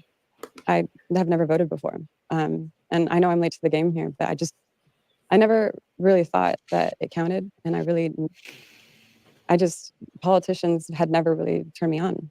And so I don't pay attention to things that don't really turn me on. I pay my taxes, and I pay a lot of taxes. And so I just figure, okay, I'm doing my duty, and I'm just going to keep on fighting. What I've been trying to do is just get my career going and keep on plugging through to where I can get, this bigger opportunity. The mail-in thing, we got an extra mail-in. Everybody I talked to got an extra mail-in ballot. And so I'm like, okay, so this is my first time voting. I'm going to go in and I'm going to take. And this is not stuff I really wanted to dwell on too much, but yeah. Because everybody says, you can't talk about it unless you vote. And so I agreed with them. So I never talked about it. And then when I went in, I was ready with my ID, and I've got and they just asked my name and they asked my address. And I don't even remember if there was a signature required or not. And we have masks over our face. And I'm ready with my ID to vote because that's what, and they were like, no, you're fine. Just go. And I was like, what? You're not going to check this? This is an important thing that I'm trying to do right now. I'm actually I want this to count.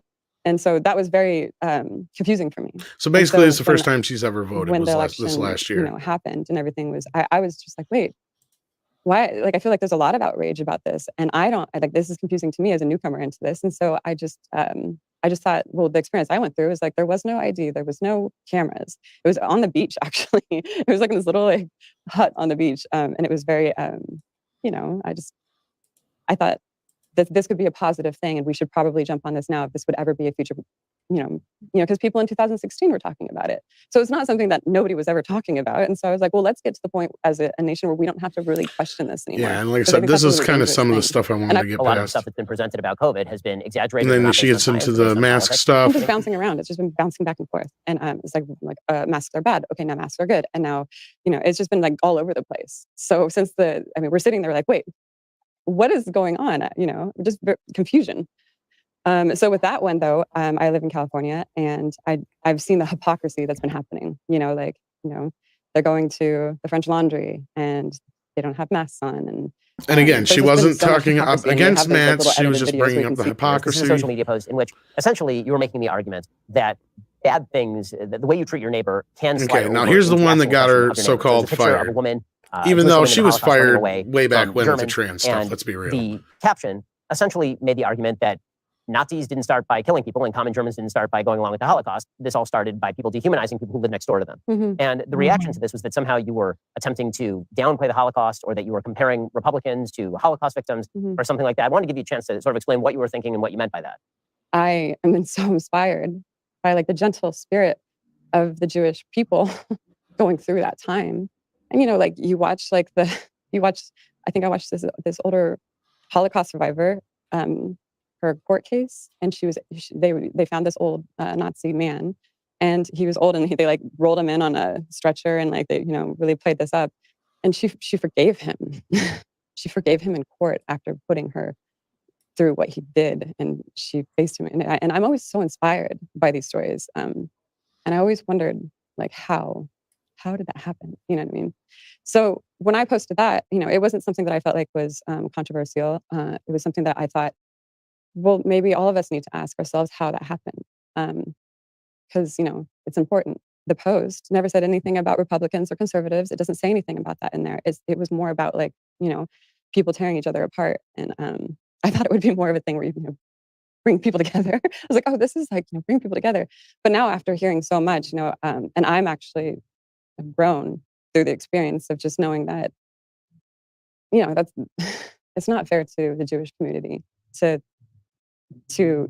just throw this out here so much. When you say the word Nazi and when you call someone a Nazi, and you need to have a little bit more respect on it. And so I understand that, but it was no way my intention. I've got every single big publication saying, just comparing conservatives and Republicans to this. And that's not really what I was doing. I was saying we as a people, because I still am very fresh to this political, spectrum. I mean, I have love for everyone. I'm not a hateful person. In fact, I go out of my way, and I have gone out of my way my entire life not to be a hateful person. I mean, yeah, I fought in the ring, and I do have hot blood, but it's usually hot blood when it deals with people being bullied. And when I saw people being bullied that were silenced and scared to speak, I don't want to speak. I want to create art, but I have a big problem with bullies, and I have a big problem with, I don't have a problem with power. I have a huge problem with abuse of power. Well, I mean, it was obvious. Right there, she was explaining, and that was the one that, again, I wasn't trying to skip through a lot of that, but we have to get through the whole thing, and we already knew. That's a great intended. Yeah, go ahead. So, Matt, you were going to say. That's a great quote, by the way. I don't have a problem with power. I have a problem with abuse of power. That was exactly, good. And that's where she seems to come from, and that's what the main bit I wanted to get to for this part, because, that was the thing, is the press ran with this. This was she was fired way back with the pronoun thing. She just didn't know it yet, and nobody knew it yet. But people tried to fight for her to get the show, but she'll get into a bunch more of it here when we get going, but. Yeah, I mean, we already we knew what she meant by it, but this is the best part, is now it's on the record. She's out there saying it. And do you think this is going to make a difference, though, guys? What do you think? We'll start with you, Matt, and then we'll go to Rob and Mecca. You mean, is her interview going to make a difference? Yeah, I mean, do you think her going out there and saying, this is what I meant, do you think people are going to say anything about it? No. I think that this is going to be kind of squashed by Hollywood and the press. Ben Shapiro and his Daily Wire stuff, it's framed as a far right or alt right like news outlet, something like that. So pretty much everyone who goes on the show is marginalized. Like it doesn't get a lot of coverage. So I don't think this is going to change anything. I mean, it's nice. It's nice for her fans to be able to hear her speak about it. But honestly, outside of the Daily Wire's little sphere there, it's not going to get much play, I don't think. Yeah, and there you go. So Rob, what do you think? I don't think it's going to make a whole lot of difference to the people who listen. The Twitterati, it's not going to make it one bit of difference. To you and me, it will. But but at the same time, she's raised the ire of the woke mob.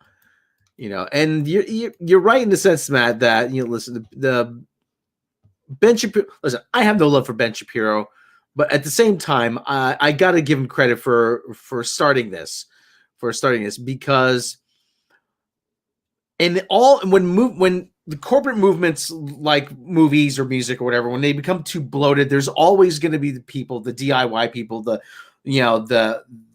people who say, "Hey, we can do this." And now as I keep saying, the barrier to entry for filmmaking has been reduced so far. So it's so low now that we need something like this to come in and say, "Hey, look, we can do it and we can do it better." Whether or not the movie's going to be any good is secondary.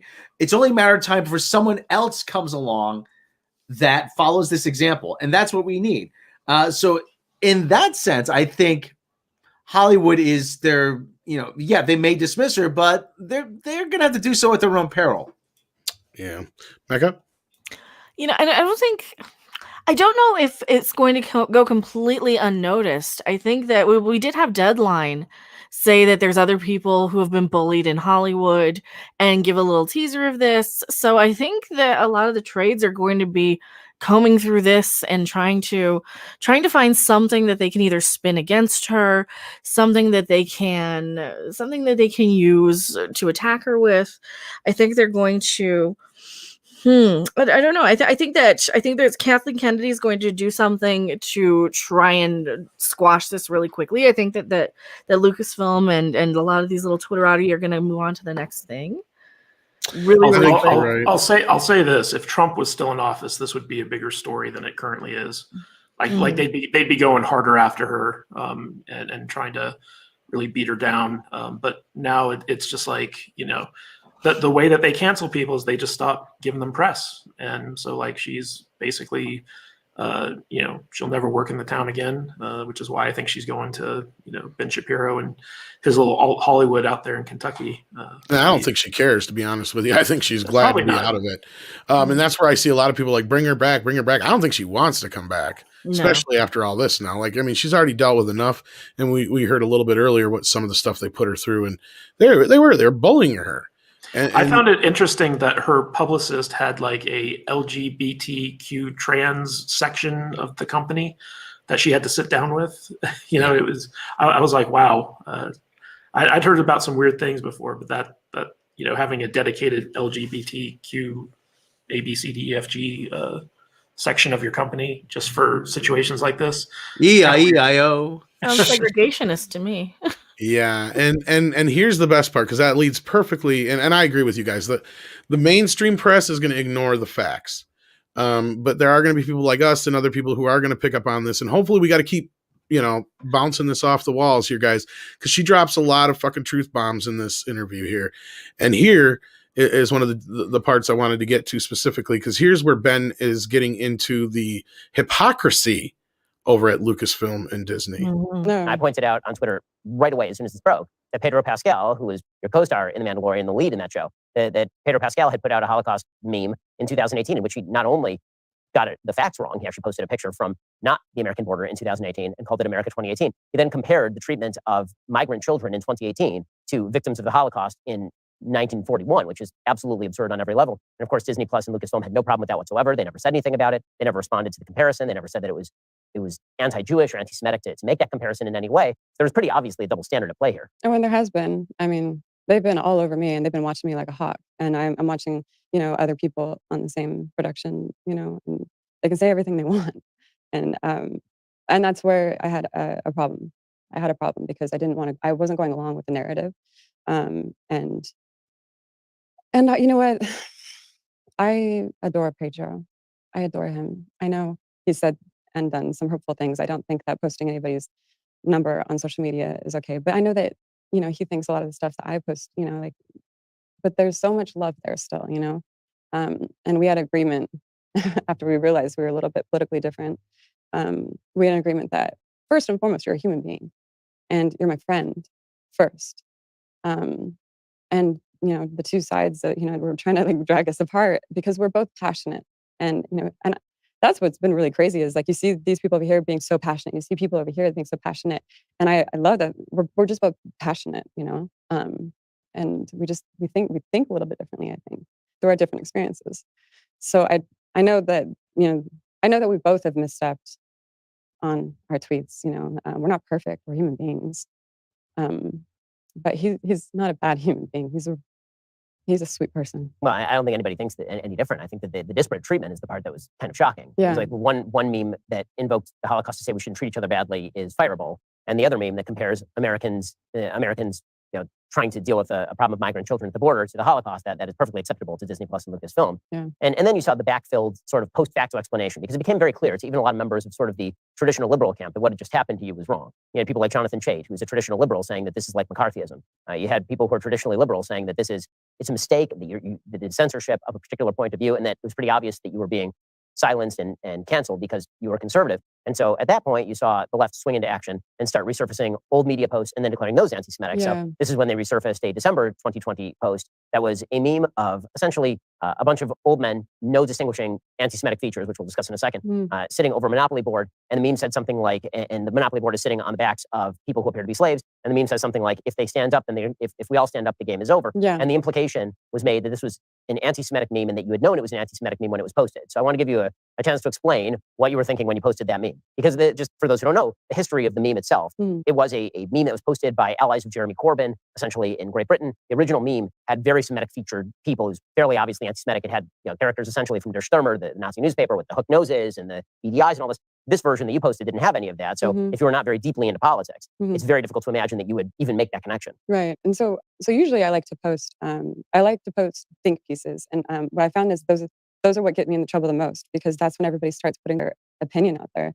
It's like, like the last poster, they were like, oh, look what she said. And I was like, why don't you guys do your homework a little better? Like, it doesn't say Republican and conservative in that post, And so when people started saying that the game where everybody would just stand up, I thought that once again, I thought that was something that we could all join in on.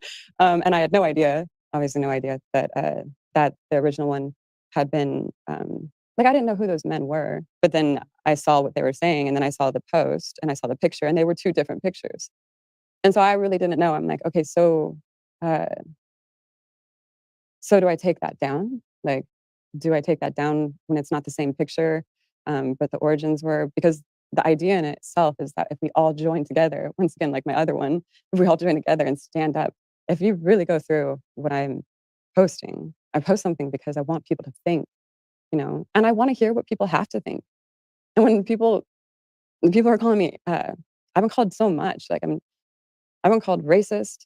I've been called transphobe. I've been called homophobe. I've been called now anti-Semitic. And I'm like, I don't take those lightly. Like, you're calling me, my soul, the blood that runs through me, you're calling me that. And I blocked so many people. I'm like, you say that once to me, like, you're done. I don't want to talk to you ever again. I don't want to see you on my feed. That was a lot of blocking. They're like, oh, she's got a blockchain. And I'm like, no, I'm doing it. Like, I'm pissed. Like, you just insulted me and my heart and my soul. Because I honestly do. I've gone out of my way. I know everybody on the set of Mandalorian or any set I've been on, my actions towards other human beings have spoken for themselves.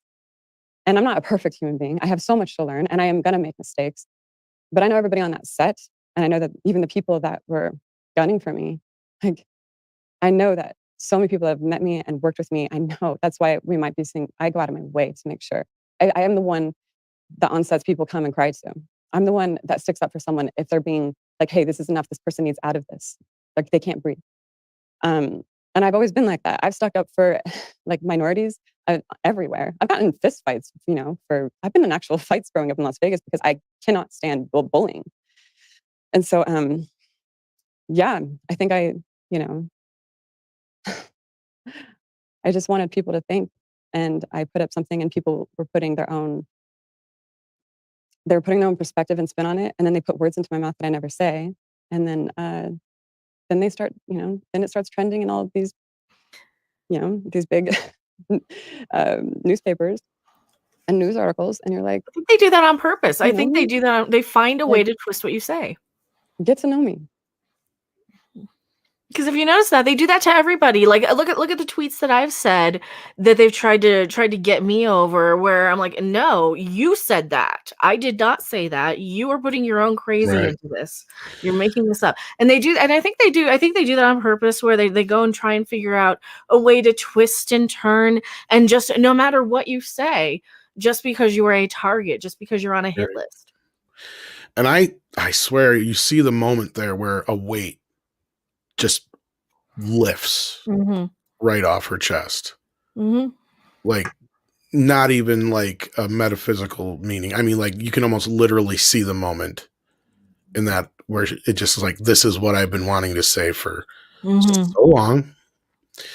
It may not be exactly the way I want to say it, but I finally got to say it. And yeah, you can feel it in that moment. Now, Matt, I know you're limited on time, so I want to give you the floor for a few minutes here to kind of comment on that last part too, because I think that was probably one of the more real parts of this video in this interview here, where, like I said, I don't know about if you agree with me, but that's the way I felt when I saw this, and I just felt it again watching it right there. Well, you can tell this has definitely affected her, and it's kind of funny because I've been through something similar. I don't know if you remember that tweet I made about birds of prey back last year. And just got. You made a tweet about birds of prey too, weren't they? They were going after like your friends, your family, everybody. I saw that. I'm like, dude, what are you doing? What are you people doing? I got descended upon, and I have a pretty thick skin, so it didn't necessarily bother me all that much. But sometimes, like when enough people come after you and start calling you all these horrible things, at some point you just stop and you're like, are they right? Am I really this terrible? And in fact, I think there was a point where I sat down with my girlfriend and we were just watching TV, and I turned to her, I was like, do you think I'm a bad person?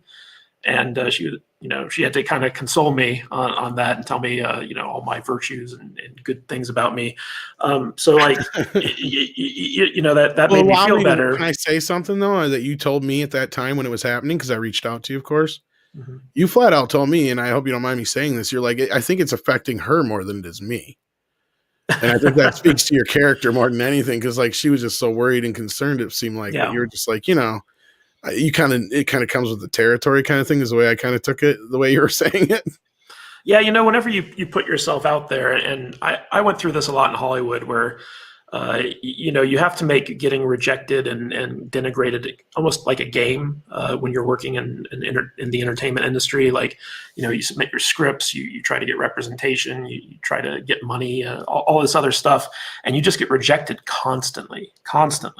And so you have to build up kind of an immunity to people, kind of calling you names and bad mouthing you. And so, like I said, most people in Hollywood have that kind of thicker skin. And but sometimes, like if enough people start coming after you, you start to wonder, like, could they be right? And you can tell that Gina Carano, it affected her, and I think you can hear it in her voice when she's talking about her experience here. And it takes a strong will, strong constitution to stay true to yourself and know that these are the people who are in the wrong, not me. And so like I can empathize with her a great deal. I know where she's coming from. It's hurtful, especially like if these are people that you're working with that are doing this to you and are betraying you and stuff like that. It can be a devastating thing. But she's strong enough. She's going to come out of this okay, I think. Yeah, and I mean, I tried to get this in last night on Friday Night Tights. I said, like, this has more or less, I think, less to do with her politics or anything like that than it is to do with she's a strong woman, and they know she's going to talk sooner or later. She does not fit in here. There's nothing they hate more than a strong woman who's going to speak their mind. Yeah, she's someone who's not going to fall in line with what they want. And Exactly. and because of that, she needs to be either put in her place or completely taken out. And she marches to her own drummer. And I applaud her for that. And again, I don't care what anybody says as far as, I know we got a couple trolls in the chat, and I'm going to silence some of y'all because guess what? You're going to get a taste of your own medicine. I'll admit I'm being a fucking hypocrite right now, but guess what? You think it's okay for her to be silenced and when she didn't really do shit wrong, and think it's okay for the rest of the people who still have a job at Disney to say the shit that they did, the abhorrent shit, I shall say, that they said and put out there. If you think that's okay, then I have no problem being a hypocrite and putting you in timeout like a little baby. You're going to be one. Sorry. It's the way I feel, because this is important shit. This is the grown-ups talking right now. Sorry. You're going to act like a little baby. You can go away it in the hallway until you're done having a fit. I know Mecca ain't gonna disagree with that. Oh, I want to hear him. I just like you know. If you don't right now, I'm gonna be a dick. Then you're not worth my time. So I block them all. Well, I'm not gonna sit here and deal with that shit right now. I'm not your fucking babysitter. I'm not your mother. I'm not gonna. Well, guys, I gotta get going. Yeah, thank you, Matt. Check out the Salty Nerd podcast. Anything else you want to plug besides that? No, saltynerdvideo.com takes you right to our YouTube page. We're a pop culture podcast. We talk about movies, TV shows, all types of stuff. We have a lot of fun. It's more of a comedy podcast because we're just laughing our butts off the entire time talking about movies and stuff like this. We do focused reviews of WandaVision and The Mandalorian and things of that nature. So if you guys want to check out a talk show, we just started doing video. So it's really exciting stuff. So if you guys want to check us out, we're trying to get to 500 subscribers. So if you want to help us out there, that'd be great. But otherwise, guys, thank you so much. It's been too long since I've been on a Midnight's Edge pod, live stream. We tried you a couple times, but these things don't always sync up. But we're finally glad to have you back on. And I wanted to get your take specifically on a few things anyway. So I was glad to have you here while we could. So I appreciate it. And the day you want to have me on, my computer just completely, of course, self-destructs. Welcome to my world too. The same shit happens to me, man. I feel your pain. Yeah, but Rob, Mecca, good to see you guys again. When are you coming back to Vegas? I'd say it's almost like a Vegas reunion right now. Jesse's in the chat too. At Caesars, looks like. All right, guys. Well, thank you so much for having me on, and I will see you all hopefully soon. All right, see you later. Take care, man. Bye. All right, let's get back into this. Unless Mecca, you had anything more to say, or Rob? Not really. I'm just gonna plug Caesars because her family owns it. So I know. Yeah. They're trying to go after that now. That. I think I mentioned that earlier. I told they're. What was that, Rob? Isn't the Flamingo owned by Caesars? There's a couple of them. I think Caesars does own the Flamingo, doesn't it? I think they bring it up in that article. There's a few. I perused it. I didn't realize. I was like, "Fuck this noise," because there's nothing in there. If they had something in there, it'd have a more salacious. Well, if it puts money in her pocket, then go state the Flamingo. We don't even know if she's getting it directly. It's just her family. I know. For Pete's sake. But they're going after him, so might as well piss them off. Yeah. All right, let's get back into this. They're putting their own perspective and spin on it, and then they put words into my mouth that I never say, and then they start, then it starts trending in all of these, these big newspapers and news articles, and you're like, do you know me? Like, get to know me. Like I told, they're transgender people. I was like, let's talk. I'll look you in your eyes. You're not gonna feel hate. I promise you. So in the middle of this, obviously, we here at Daily Wire had been foraying into the film industry. We had released our first film a little bit earlier this year, One Hide Fight. Our audience really loved it. And when we saw that you were trending, my business partner, Jeremy, and I, we thought, the first thing we thought was, number one, somebody should reach out to Gina because she's getting maligned unfairly. But number two, we should reach out to Gina because this is an opportunity for conservatives and people who think differently to say to Hollywood that you're not allowed to just cancel whomever you want. And now we're gonna just kind of, because now we're up to speed. We know what happened from here. She got a phone call the day after this went down from Ben. They made this deal. Now they're developing movies. They haven't gotten any farther than that, right? So for now I'm gonna jump ahead in the video to some more different spots. But while I'm doing that, Mecca, did you have? I know you brought up some stuff earlier as well in your video. Did you want to touch on any of those notes real quick? Well, the only thing I can think of is that they're trying so hard to slam her that they're just flaunting how much money her family has. What, just so that their little wokey wokes can resent them for what? Oh, see, they're wealthy and they're millionaires and they've got money and yeah, but that doesn't matter if you're not part of the little elite, circle jerk over there in Hollywood. It doesn't really matter. And you're just trying to go after you're just trying to stir up the little hate mob even more by saying these things, I think. That's what it seems like to me. And then all it does is it paints oh wow, she's got a good family connection. Her family seems to be very smart and business minded and well educated. And it's like saying, oh, screw you because you work hard. Basically, that's what it feels like. That's exactly everything in this article. The one about her family really seemed like to me, but. I took that. The first thing I saw was like, okay, now they're going after the family. All right, what the hell? What the hell are you doing? Trying to silence her? Trying to maybe get her family to silence her, to reason? Like, are they that afraid of one woman that they can't control? How much does that piss me off about? Like, I was ranting on my video on this earlier too. How much does that piss me off that they are so hypocritical? It's like, oh yes, it's all about strong females, but that's the one thing they hate the most is a strong female. They hate nothing more than a woman who can speak her mind and think for herself and doesn't bend to their will and won't submit and won't kneel.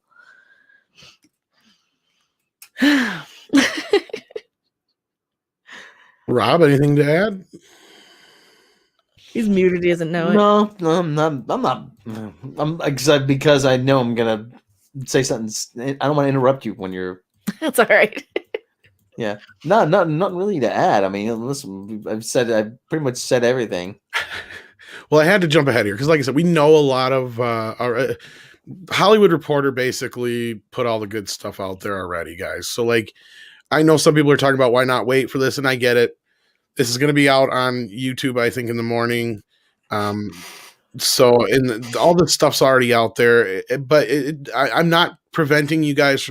In fact, I encourage you to go over there and subscribe and see the entire interview, because as far as I know, the entire interview is not going to be on YouTube, just a shortened version.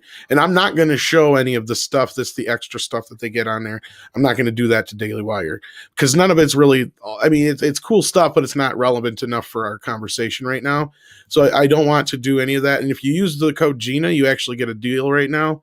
So like, I do encourage you guys after this to go see the interview in whole, because I am going to jump ahead a little bit here now, because I'm going to go over, I jumped up past where she talks a bit about her past, some of her inspirations and all that kind of stuff, which I didn't really want to, but again, we don't have a lot of time to do all this. We're already 2 hours in. I've got some super chats to get to as well.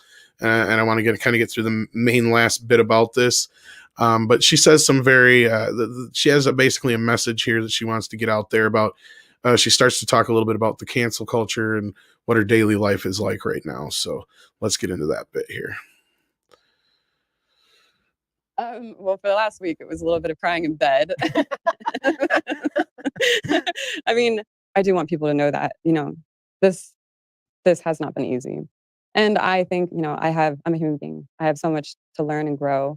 And I am deeply understanding. It's like the curtains got pulled. And I'm seeing so much. And so that's been a very large realization. So I do think when this does happen to people, it's like, being canceled might become trendy one day. But don't think that when it happens to you, it's going to be easy, because it's not. It's going to be maybe possibly one of the hardest things that you've ever been through. But I think, each day that goes by, you kind of stand up and you find your legs again, and you stop feeling sorry for yourself, and you show up. You show up to an awesome opportunity with people who want you to sit at their table.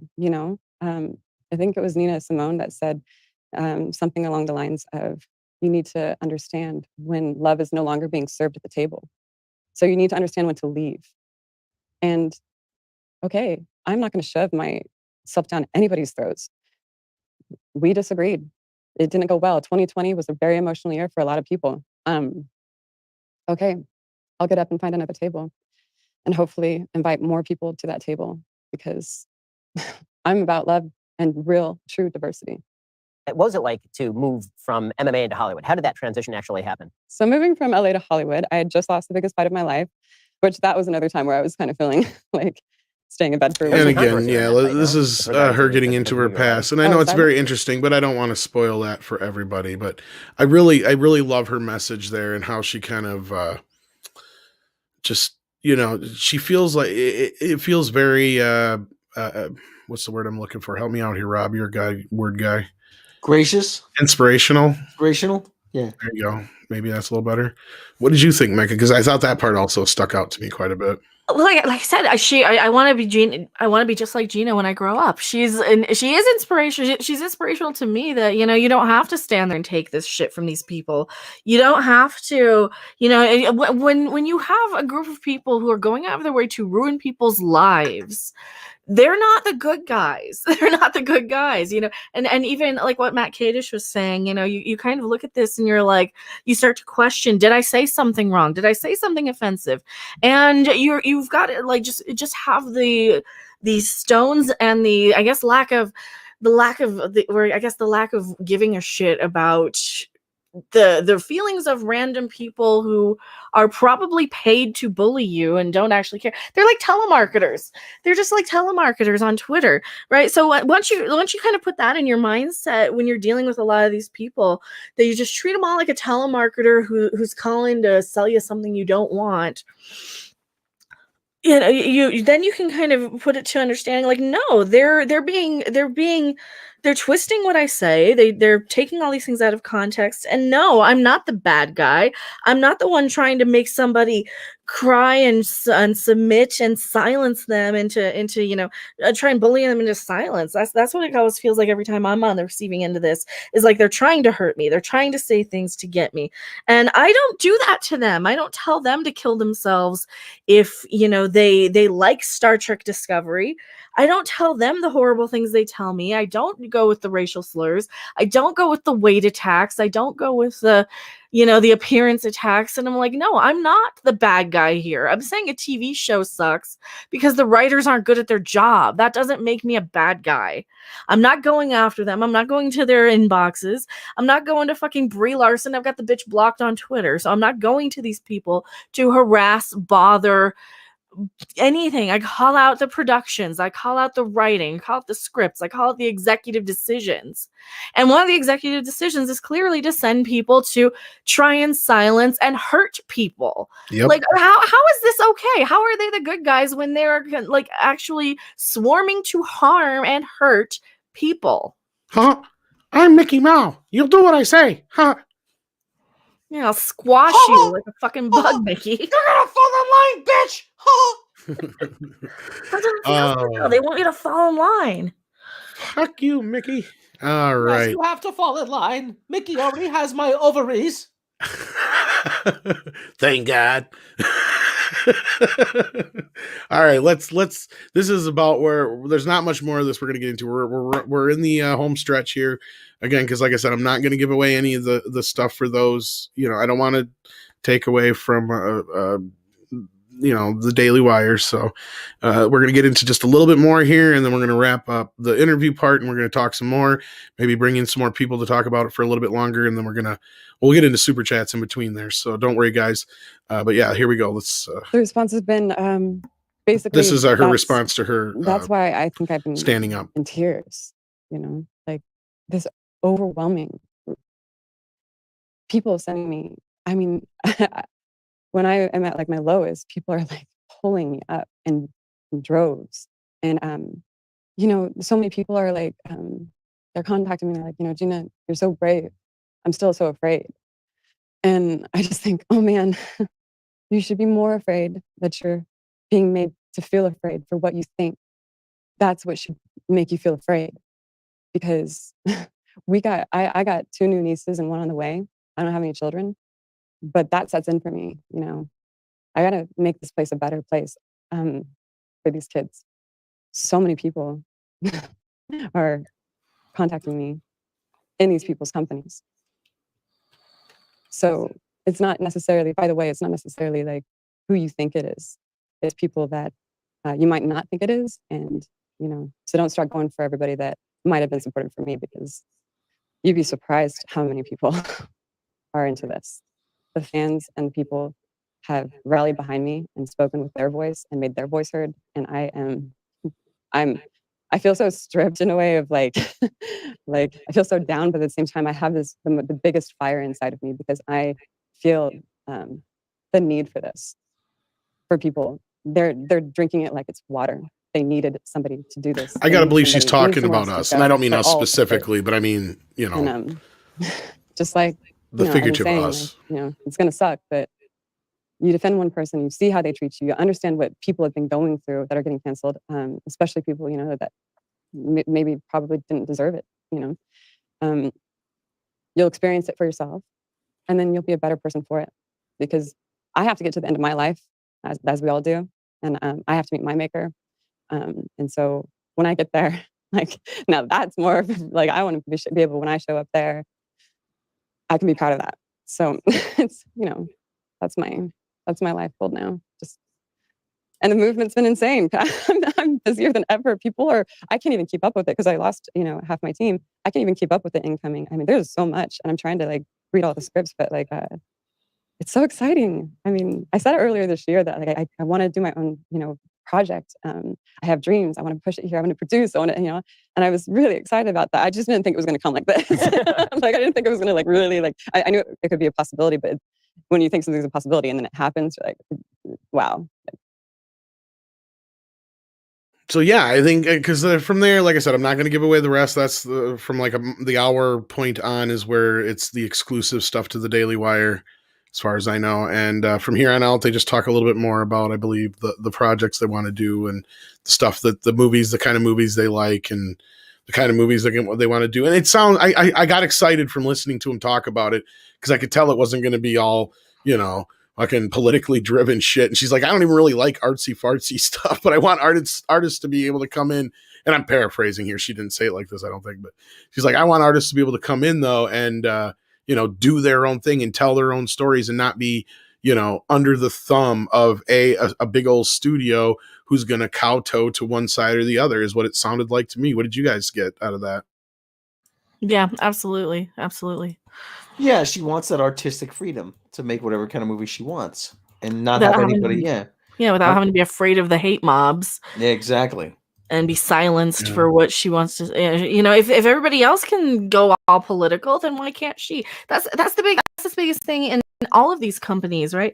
Is that they allow everybody else to be as political or question or say or do the most horrific things. Like some people have the privilege to actually threaten, political things without getting specific. Some people have the privilege to do that, and others, you can't even question and say, hey, what is the standard for today on this policy?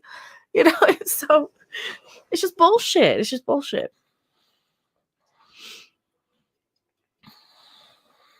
Yeah, and I loved the message to the fans and us, those who have fought for her, those who have stood behind her. And like I said, I didn't mean us as in Midnight's Edge specifically. I meant everybody in the community, all you guys out there, everybody on Twitter doing the hashtags. It matters. She sees it.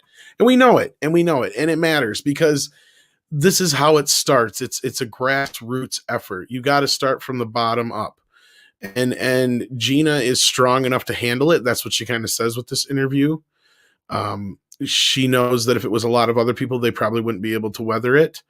I'm glad to hear that even though her fucking talent and agencies and all these people that abandoned her now, I hope they regret it in a fucking few months, because she's going to be making bank now probably off this shit. You watch. What do you think, Rob? I mean, what was your takeaway from, the message that she kind of is conveying here?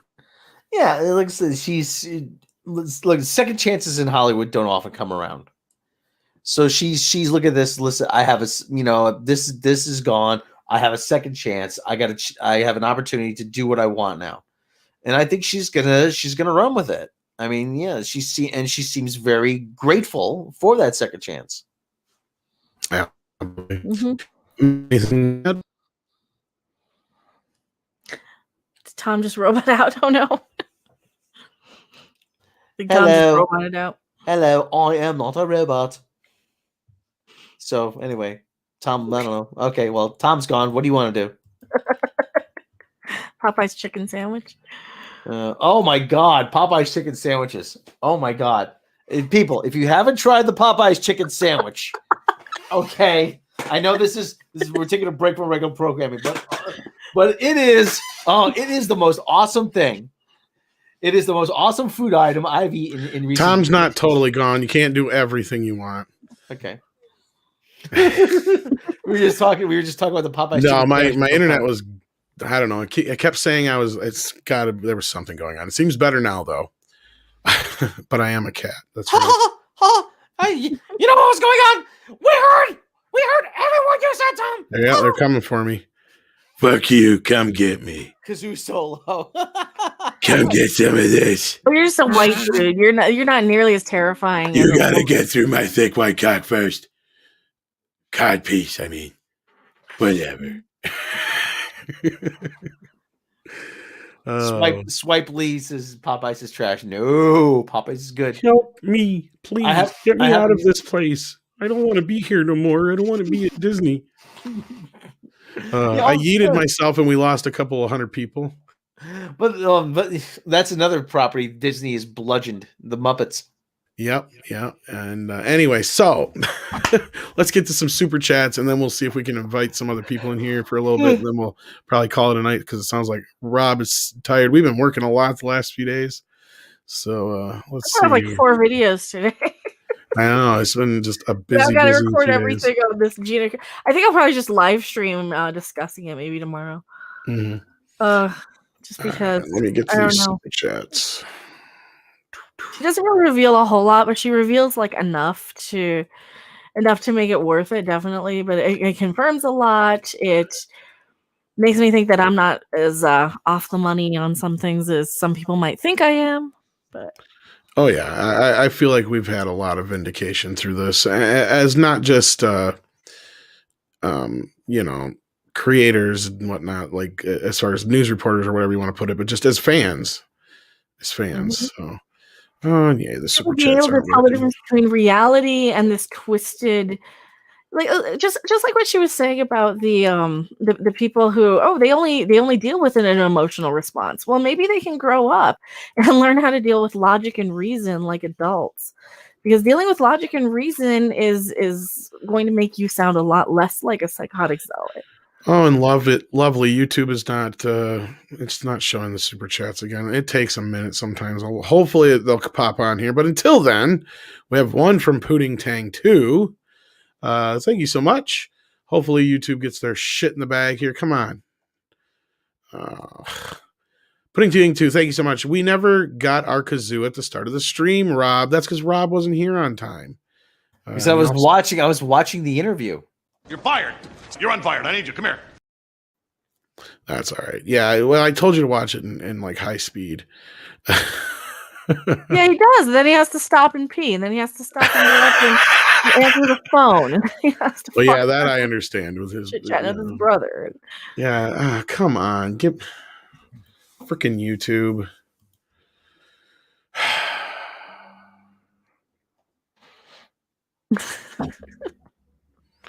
Really? Yeah, and South Park did announce, and it's not a pandemic special; it is a vaccination special. Oh, when's this?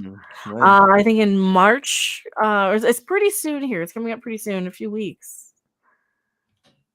Oh yeah, I will definitely be watching that one as soon as I can. That looks kind of interesting and hilarious. Boy, we're gonna. It just makes me ask one question. What's Dana Schwartz gonna bitch about now? You don't know how hurtful they've been. I'm like, yeah, good, because the people's feelings they hurt needed to be hurt. You know.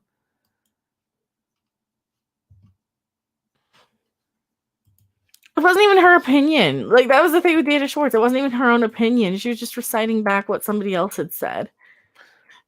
Oh, she's a moron. Okay, I got to a different way to getting them here. Okay, let's see where we left off. Oh, you mean Dana Schwartz? Oh, you mean Jared Kushner's former secretary? Yeah, her. Yeah. All right, let's see here. Where did we live off? Okay,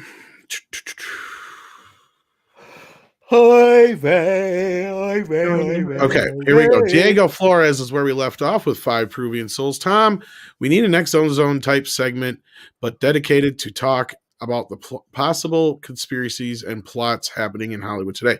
I would love to do that, but that would get shut down probably quicker than shit. I know there are a few YouTubers out there who have tried to do some of that stuff already, and they've gotten shut down. So there's not too many I can really point you out to. I know John Talks still covers some of that kind of stuff. Because Josiah got in trouble for it and a few other people. So yeah, it's hard to find people, but it's out there. But I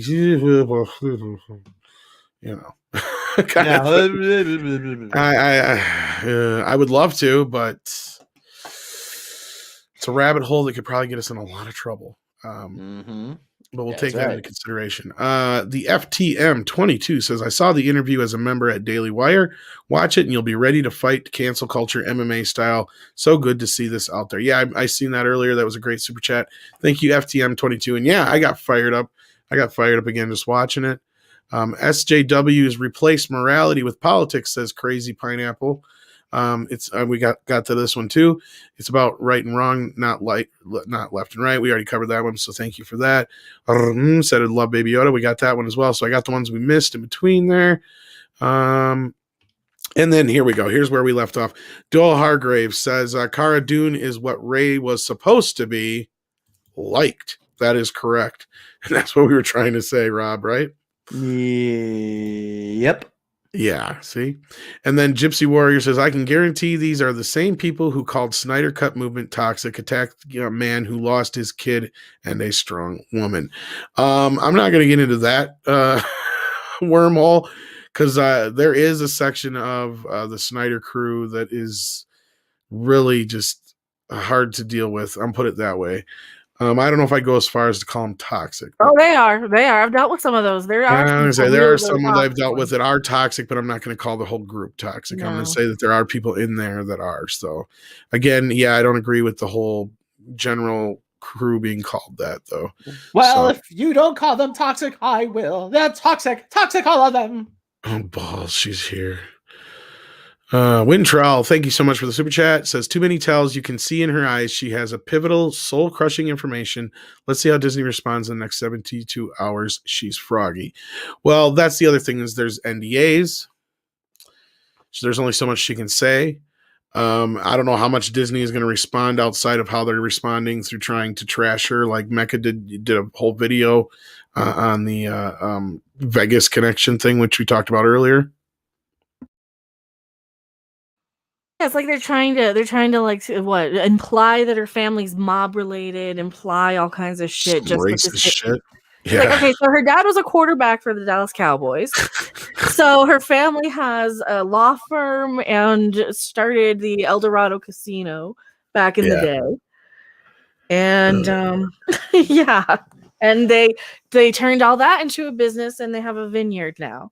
So if that's, since hard work is so racist. Right. And then we got, let's see here. Mitch Thaboo, thank you so much for the 20 Canadian dollars, says, I have to wonder after everything we have seen take place over the past few months, what if the reason the Luke Skywalker scene in Mandalorian being so bad was because it was shot quietly under KK's nose? I think so. I think the whole thing was she wanted to get rid of the baby. And they're like, all right, we'll get rid of the baby. I really do. Because it was really kind of funky how it all went down. I'm sure she knew about it to a point, but I don't know. What do you guys think? That's a good question. Do you think she knew about it? Do you think they did it under her nose? I don't know if they could have necessarily, but I knew. I didn't. I knew everything. I allowed it because it would make your defeat so much more soul crushing there, Tom Connors. Oh no, Frank's here. Hey, baby. Frank, you haven't called me that in years. That's right. I love seeing you when you're down. Oh, you love that, don't you, Frank? How'd that YouTube video go with the Oscar business? It was all toxic masculinity, Frank, and you know that. Fade in. You see my wife's face? I got to see that shit every fucking morning. How is it, Kathy? With you've been in the business for how many years now? 40, 500 years, something like that. You're older than Madonna, and you. She's and the you devil. I made a deal with the devil. That's why I'm he here. doesn't know that that's the stage direction. That's the camera. That's what the camera does. I had more talented people like Steven Spielberg pay attention to those things. I miss Steven. Fade out. He'd like 2 sugars in his coffee. Zoom in. I told them not to zoom in. Cut to close up. Kiss my ass. I'll sick Harvey Weinstein's personal assistant on you, Frank. He kissed his ass. How was that? Hey, I'm Leslie Headland. Oh shit! How you Who let doing? Leslie Headland in here? Yabba dabba doo. Tell me, Leslie, how's your Fruity Pebbles? You like all the Star Wars, huh? I like all the Star Wars. Yeah. That's right. There's no favorite Star Wars. It's just all the Star Wars. Queen Kathy, can I have a job? Please. Oh, he fixed his Dutch angle. All I can say is, George, you picked the wrong one.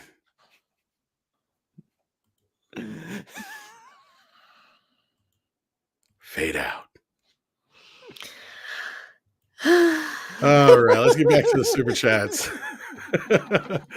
Oh, Lord. My official Leslie Headland action. Something Peter says was put in the script for her to read. Yeah, but it was cringe and she should have known better. Well, I was going to say, yeah, she was trying to be all avant-garde or whatever with the whole technical thing. But it just makes her look like a dope. And something from like the 90s, yeah, that you would do in the 90s, for fuck's sake. And when I said an awkward-looking Kathleen, I'm like, yeah, she does look awkward. She's like, she's got to go to the bathroom. Exactly. Oh my God. Gosh. Oh, thank you so much for that, Mitch the Boo. Though I don't think we can really answer that, but I don't think it could have been done without her knowing in some way, shape, or form. I just don't think she knew the impact it was going to have. Really, that's probably. She thought it was going to shut people. Okay, all right, people be happy. Then we go back to business as usual. No. Yeah. Anyway, some other guy, welcome to the program, says, can they shutter Lucasfilm as unprofitable and license the IP to other studios like Warner Brothers or Netflix? No, not likely. No. They'll just have a part of Disney as Disney. No, they won't shutter Lucasfilm. No, it's still, they got to get their money back. They got a ways to go. No, I don't necessarily see that happening, but I mean, it's not, I wouldn't say that's something that's, you're going to see other people come in and make movies like Kevin Feige and stuff, though. That's where Kathleen Kennedy is going to kind of get more shoved to the side. Definitely. Mecca, anything to say on that? No, I think we already covered. In 10 years, look for someone to write a book about this. Right? Yeah. Wes Moody says, just sends us a microphone. Thank you so much. So check out the Wes Moody webcast. He does some good stuff there. Comes in again with a $9.99 super chat this time. Says, I'm in denial about Gina not being in Star Wars anymore because I don't want it to be true. It's professional jealousy towards her, but Gina has remained professional and kind. She's the better person. Yeah, and I mean, I'm not gonna say that Disney won't offer her job back, or say like, well, we never fired you. That was a complete misunderstanding, and try and pull James Gunn. That would have possibly happened, but I don't know so much now that she's made this deal with Shapiro and actually owned being a conservative and things of that nature. I think she knows she's made her decision. I don't think she wants to go back. What do you guys think? No, I don't think she wants to go back. No. Yeah, I think she's done with it. Why would you go back to the company that allowed and bullied you, like allowed people to bully you and put you, like said, hey, you need to sit here on a Zoom call with 40 people here to bully you, basically, and shame you and tell you why you're a horrible make you feel like shit. Yeah. Even though that's not what you intended or meant. Exactly. There you go. So Jesse Miller, our good buddy, like I said, almost like a Las Vegas reunion there for a bit. Says, positive note, tomorrow's my birthday. Well, happy birthday, Jesse. He's having a stream at 4 Eastern. That's 5 o'clock. Link will be in the chat. I'll be there. I'll show up for a little bit, Jesse. I'll be there, I promise. Remind me when it is, so I don't do anything on top of yours. If I do, yeah, stream. just send me the link ahead of time, or send me a heads up, and you got my number, so just text me or whatever. Stephen Otten comes in with a $5 super chat. It's time to create our own media, beholden to no one but ourselves. Yeah, and that's what Gina's doing here. That's what Gina's, and that's what I love about it. It's so fucking punk rock, and it's what we've been trying to do. And I'll be honest, like, I mean, the lid's already kind of been blown off it. Like, we've already been making moves in the Fandom Menace to do this, because and I mean, I don't even really want to use that hashtag anymore. I'll just say our community, because the Fandom Menace has been hijacked and fucking it doesn't even mean what it used to anymore. No. Jeremy was talking about it earlier, and he revealed to me that he's no longer the head of the Fandom Menace, and I want my pledge money back, Jeremy. You lied to me. Anyway, that was a joke. But anyway, fucking no. I want to make a movie. We want to make documentaries. We want to make real movies. We want to do this stuff. We don't have to be beholden to the studios. Sure, we don't have the Star Wars and all that kind of stuff, but we have our own ideas. Comicsgate had the right idea. Just go make it yourself. Sooner or later, they're going to come to you. Look at what happened. You got Chuck Dixon and all those guys working on the Expendables deal. You got Keanu Reeves making a book with a couple people now. This shit's starting to spread into other places. You're going to start to see the same thing in Hollywood. Hopefully, that's my hope for this. And that's probably, I think, what their plan is. What do you guys think? Yeah. Well, the punk rock is exactly how I describe it, is because, it's sticking it to the man when the man is literally just Disney at this point, and these giant corporations. I'm a mouse lady. That control the normies, basically, because these normies who think they're punk rock, who go around with their dyed bright hair, and I know I have it, but I actually maintain mine, unlike these SJWs. No, these people who go around with their dyed hair, and they're like making themselves ugly on purpose just to stick it to the patriarchy and that bullshit. I'm like, you're not punk rock. You're doing exactly what the brand corporations tell you to do. You're not fighting against the man. You're fighting for the man. You're doing all of the things that they're absolutely telling you to do. So maybe you're the normie conformists, and we don't want your shit. I didn't want your shit 30 years ago, and I certainly don't want it now. If your identity is what type of, if you derive your identity from what type of phone you have, Android or Apple, then you're not punk rock. Okay.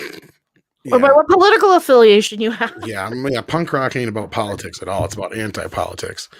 Anymore, yeah.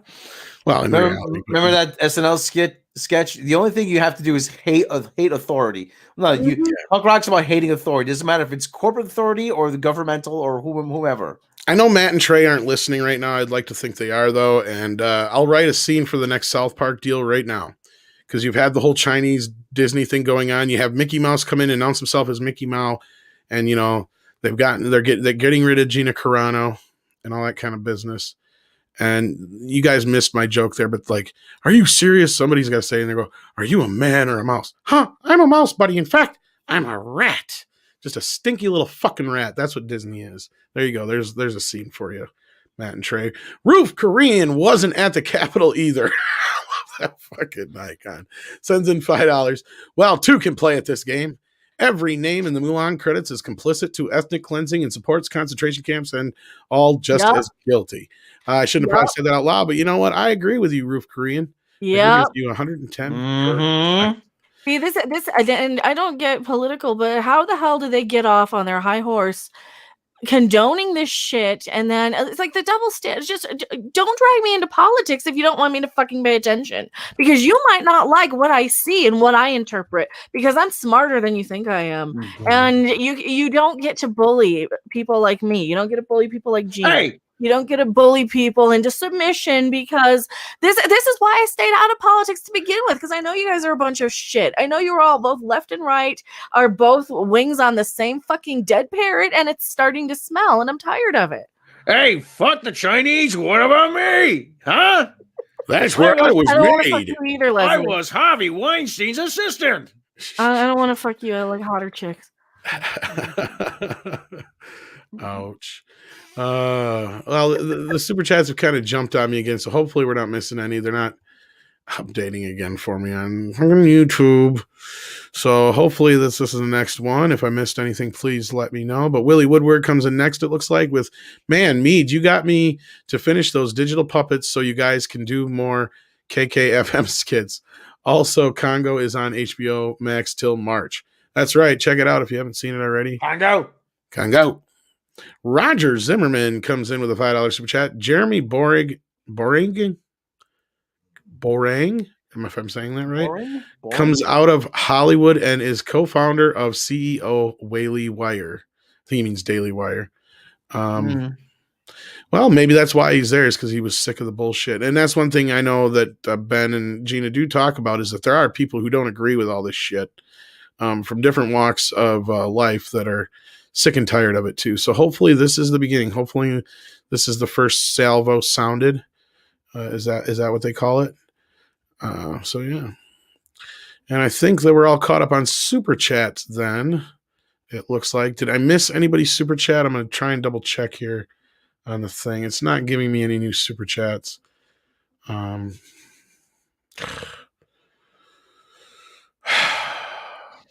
it. Just add us if we missed any. For sure. Yeah, just add me. I'm going to double check again here real quick if I can get to the same spot I was before. See if it updated at all. No, it still hasn't updated from before. Something's up with YouTube, or we're being YouTube's been really weird lately. It's like they don't understand how to do their shit. Gypsy Warrior, which one did we miss? Because I know I got like 2 or 3 from you already. Just at me again. You don't have to send another one. Just tell me what you said. Carlin had it right. The human race is more or less worthless. We saw this all coming. Yes, we did, Matt G. And hail George Carlin. We do. St. Carlin. We miss him. We miss these people, these little wokey wokes even appropriated George Carlin's comedy. It's like, no, I didn't vote because George Carlin, 20 years ago was pointing out how all of this shit, this country's been bought and sold a long time ago. So it doesn't matter. You can use whatever you want to convince people whatever you want to convince them of anymore. You can tell people Star Trek was bad in season 1 enough times, and they're going to recite that back and believe it, because they aren't going to know any better, because they're not going to check. They're not going to watch it. Yeah, and Gypsy Warrior, sorry about missing this, evidently. So hopefully I didn't miss anybody else's. Please let me know if I did in the chat. Just at me. Midnight's Edge After Dark. Walt would be heartbroken at what Disney has become. Absolutely. And in fact, I don't know if you caught the intro, but I did a little intro where I repurposed that bit of the video we didn't get to use the other day, Rob, where you basically just ran through the history of Star Wars. We talked about where George Lucas, he initially he wanted Star Wars to go to Disney for a reason, because he always looked up to Walt Disney. Yeah. So, so much for that. Yeah. Yep. So, and then Dark King says Cheech and Chong versus Godzilla. Hey, what is this lizard doing, man? There's a big lizard, man. Oh, yeah, man. Oh, man. Oh, check out. Oh, Fuji que pesta, man. Oh, I think he has some feet stink, man. I don't know. He's got to go. Oh, man. I think he has some roast beef fights. Oh, no, man. Ours goes Tokyo. Oh, man. Oh, hey, maybe they make a drive-in movie now. Drive-in movie? Yeah, man. Drive-in movie. That'd be. We got lots of land, man. Oh, yeah, man. Like, I remember that time you tried to sneak me into the drive-in, man. You left me in the fucking trunk, man. Oh, yeah, man. I got to lift you. Yeah, man. I only had $2. What do you want me to do? Yeah, I almost died from, like, heat exhaustion and fumes, man. Oh, I'll make it up to you next time, okay? No, man. I ain't going to the fucking drive-in with you ever again, man. Oh, come on, man. You got a good car. No, fuck that, man. Oh, what if we go see, Emmanuel with Julia Cristel? I ain't gonna go see that with a dude. Oh, man, we go pick up some girls at the movie. You're gonna be picking up your hand. Oh, man.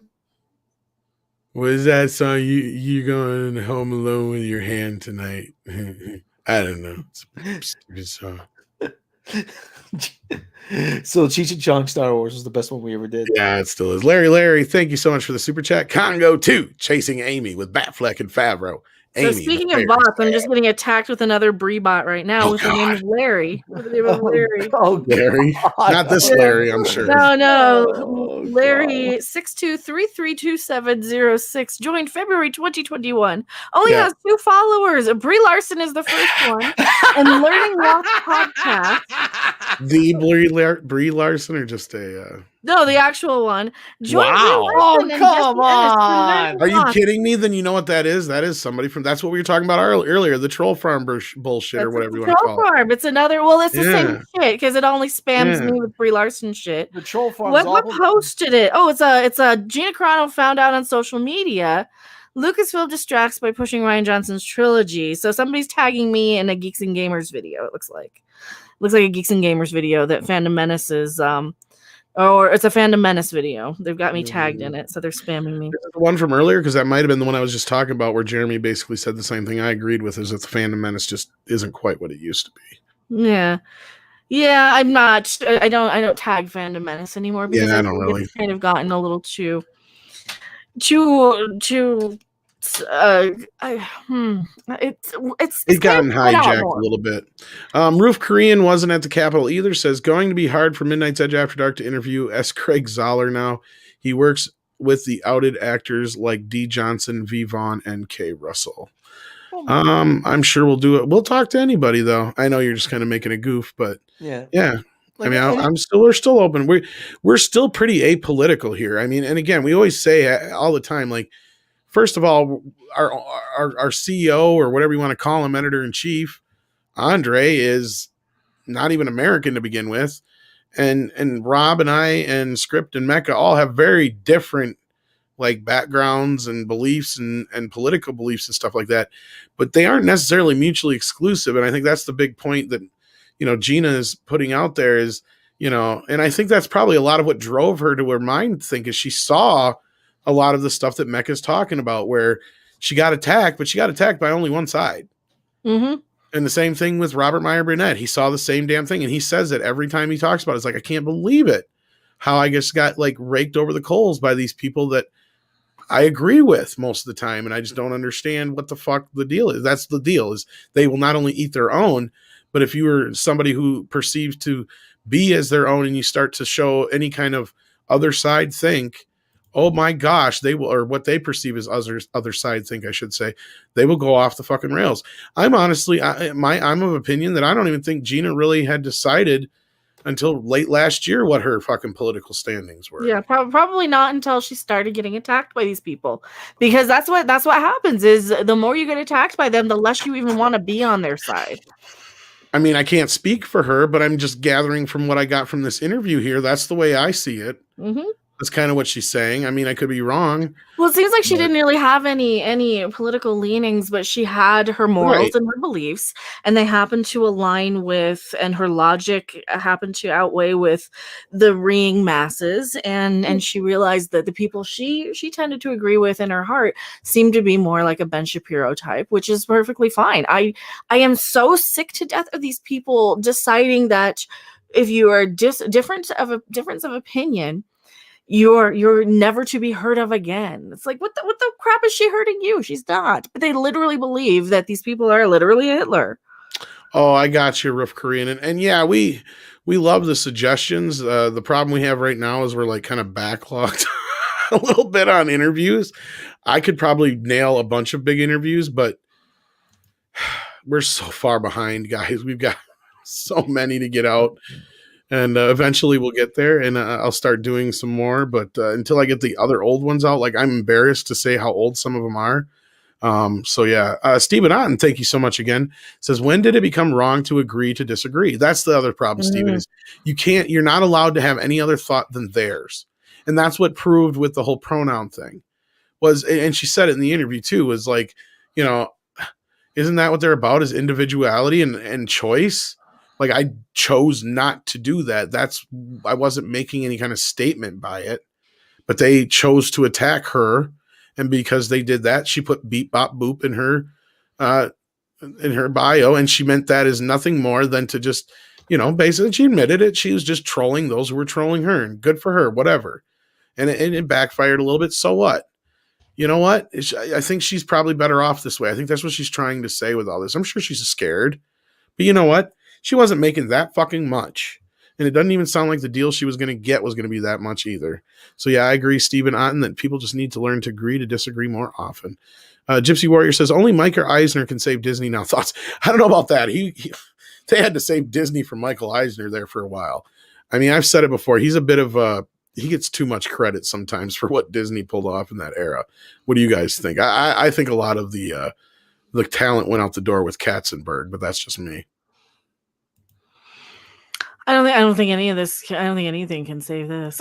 Now. At this point, I think it's beyond saving. But yeah, as far as the Eisner thing, I mean, yeah, he was good for the company for a while, but he wrote off the backs of a lot of other people. Disney's just allowed the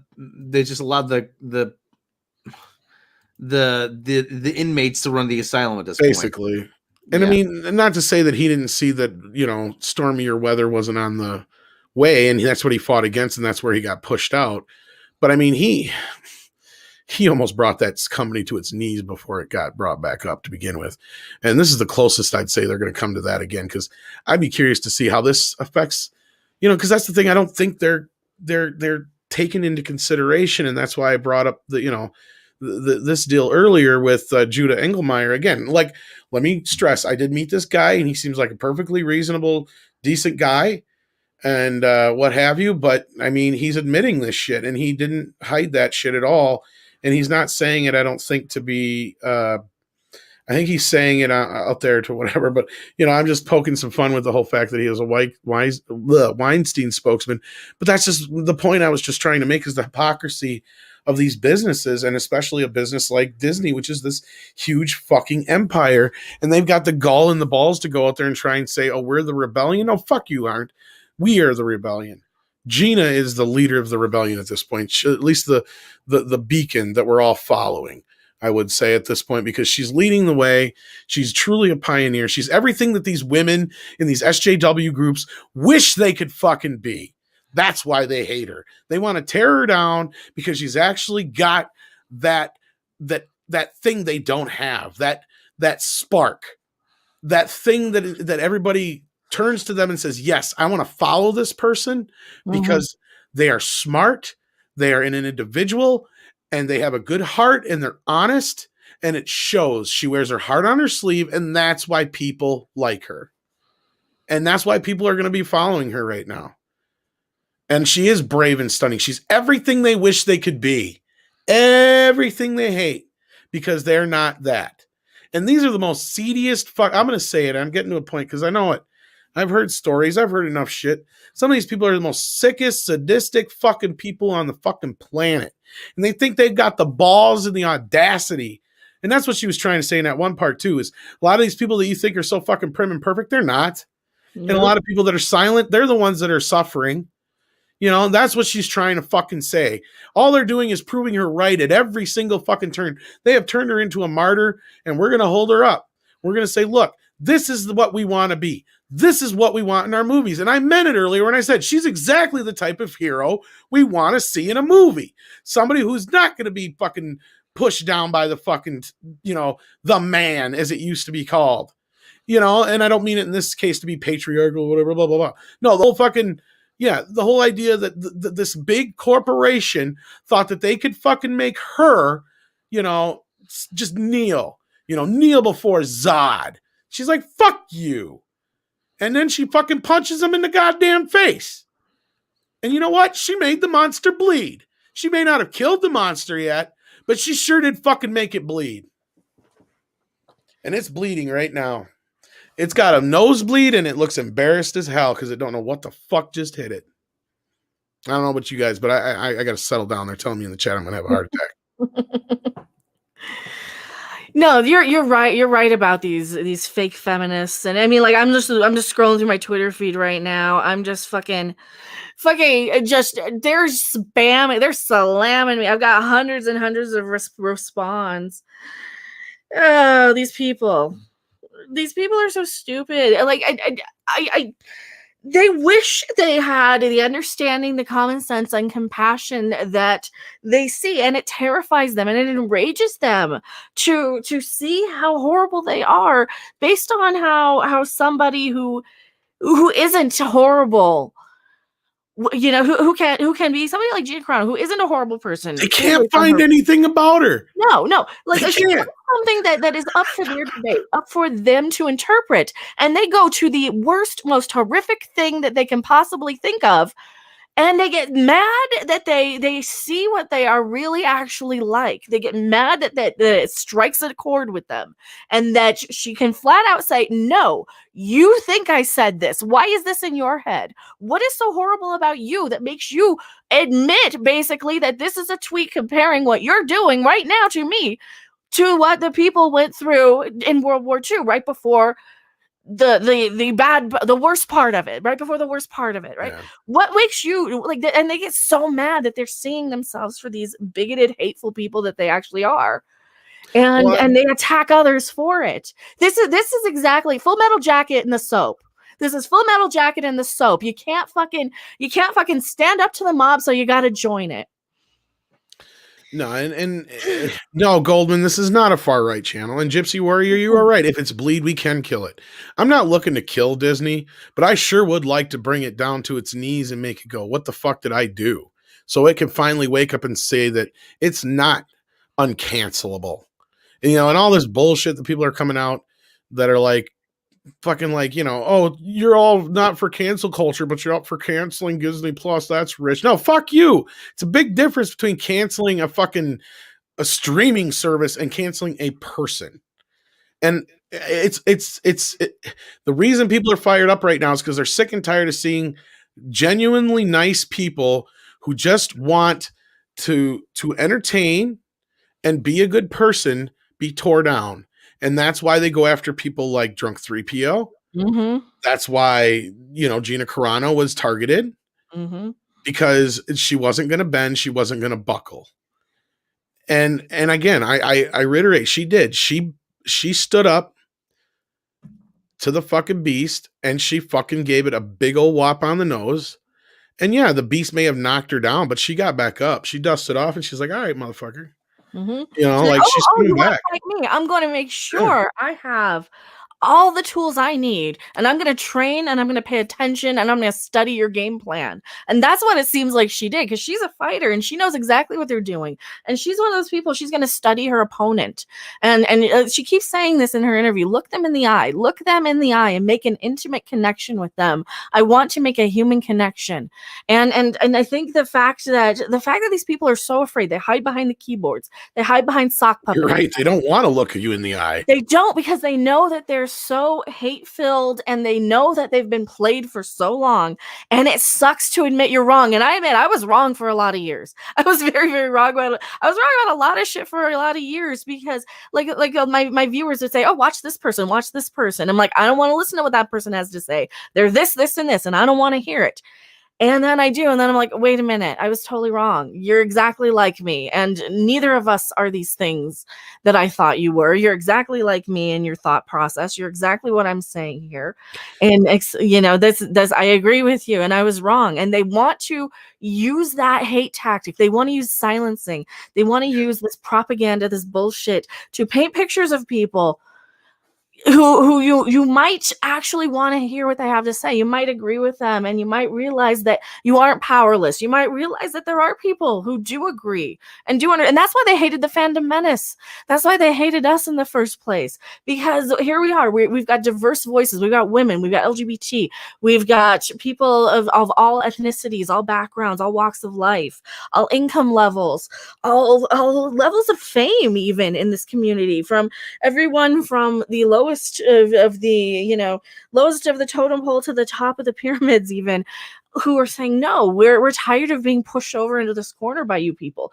We're tired of you guys feeding on each other's hate. We're tired of this awful, horrific culture of people who just want to gang up on and silence other people. Oh, you're not like us, therefore you're against us. Yeah, and because it's not that's not how we grew up. That's not what we were raised on. We were raised on this culture of, we would see people on TV, like the Cosbys were lawyers and doctors, and we would see every walk of life on television or in our neighborhoods, in our communities, in our families. Everybody's related to somebody they don't look like, or might not be of the same affiliation politically, or some people whatever. are adopted, for fuck's sake. How many times? How many times did I say this though? I mean, Tom, when I was watching G.I. Joe, you had like a black guy, a Hispanic guy, a Native American guy. You had Native American representation when there wasn't any. And it was just normal. I didn't think anything of it. Because they did diversity right back then. They knew how to do it, but you actually made real characters. You didn't just throw them in there as tokens usually. Now, I'm not saying, again, there were instances of that, obviously. I'm not saying that it was right. But there was a lot of areas where they're overlooked, where these things weren't tokenized characters like G.I. Joe. So there you go. And Will Gentry is right. And I also wanted to address the other thing is, here's the other thing is they want to paint this stuff as conservative because then they paint conservatives as bad. Mm-hmm. It's a fucking game. Bullies is not a conservative exclusive thing. Tree Rock Creations brought that up before, and that's why I brought it up on screen. You're 100% correct. And Will Gentry, you're 100% correct too, I believe here. Again, my opinion, but they don't want to look you in the eye because they are scared they will see their own reflection in the mirror of truth in your eyes. They are scared that they will see if their feet are held to the fire. Yes, exactly. And that's where I almost wanted to have Rob change the last line of the documentary that he narrated, the one before the last video we dropped. I wanted him to change the ending instead of kicking doors open to breaking glass ceilings, just to poke it in their eye. Wow. It would have been really kind of, it didn't work. Your line worked better for the ending, but like, you know what I mean? Like it just, you know what I was getting at? Like just to, like she's really breaking glass ceilings here. Oh yeah. There's a thing I linked in chat here too, if you want to play that from. Just considering that Kathleen Kennedy is so stupid and this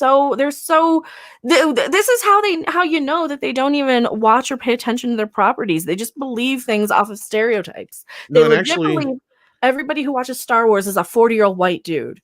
Yeah, and actually I like this video, and I think this is a good video for us to go out on. I love this video. Because we already drug it out to 3 hours. I think I haven't really heard from too many other people, so I think we're going to call it a day after this video. I want to thank you guys so much for being here. We had over 1,500 people watching at one point, which I think is almost a record for Midnight's Edge After Dark. Appreciate you guys being here. All you guys who sent in super chats, you're amazing. I know things got a little heated in the chat. Hopefully, those who did get timed out, you calmed down. This is exactly what happens when we find some big exposing news with Star Trek. We've been through this before. Oh yeah, I was going to bring that up earlier too. Is the whole troll farm and shit is nothing new for us. We've been through this before. Absolutely. So I want to thank you guys. And with that, I want to take us out on this video to remind us all that Star Wars has never been racist. It has always had a diverse fan base. Here you go. All I got to say, the Jedi have returned. We're just fanatics out here waiting on Return of the Jedi. 3 years in the making. We're waiting for this. Some people don't idolize Darth Vader like I do. See, I want him to get Luke. And I think that Luke will destroy Darth Vader. I guess Darth Vader will die. I'm not sure. I hope he doesn't. I love his black.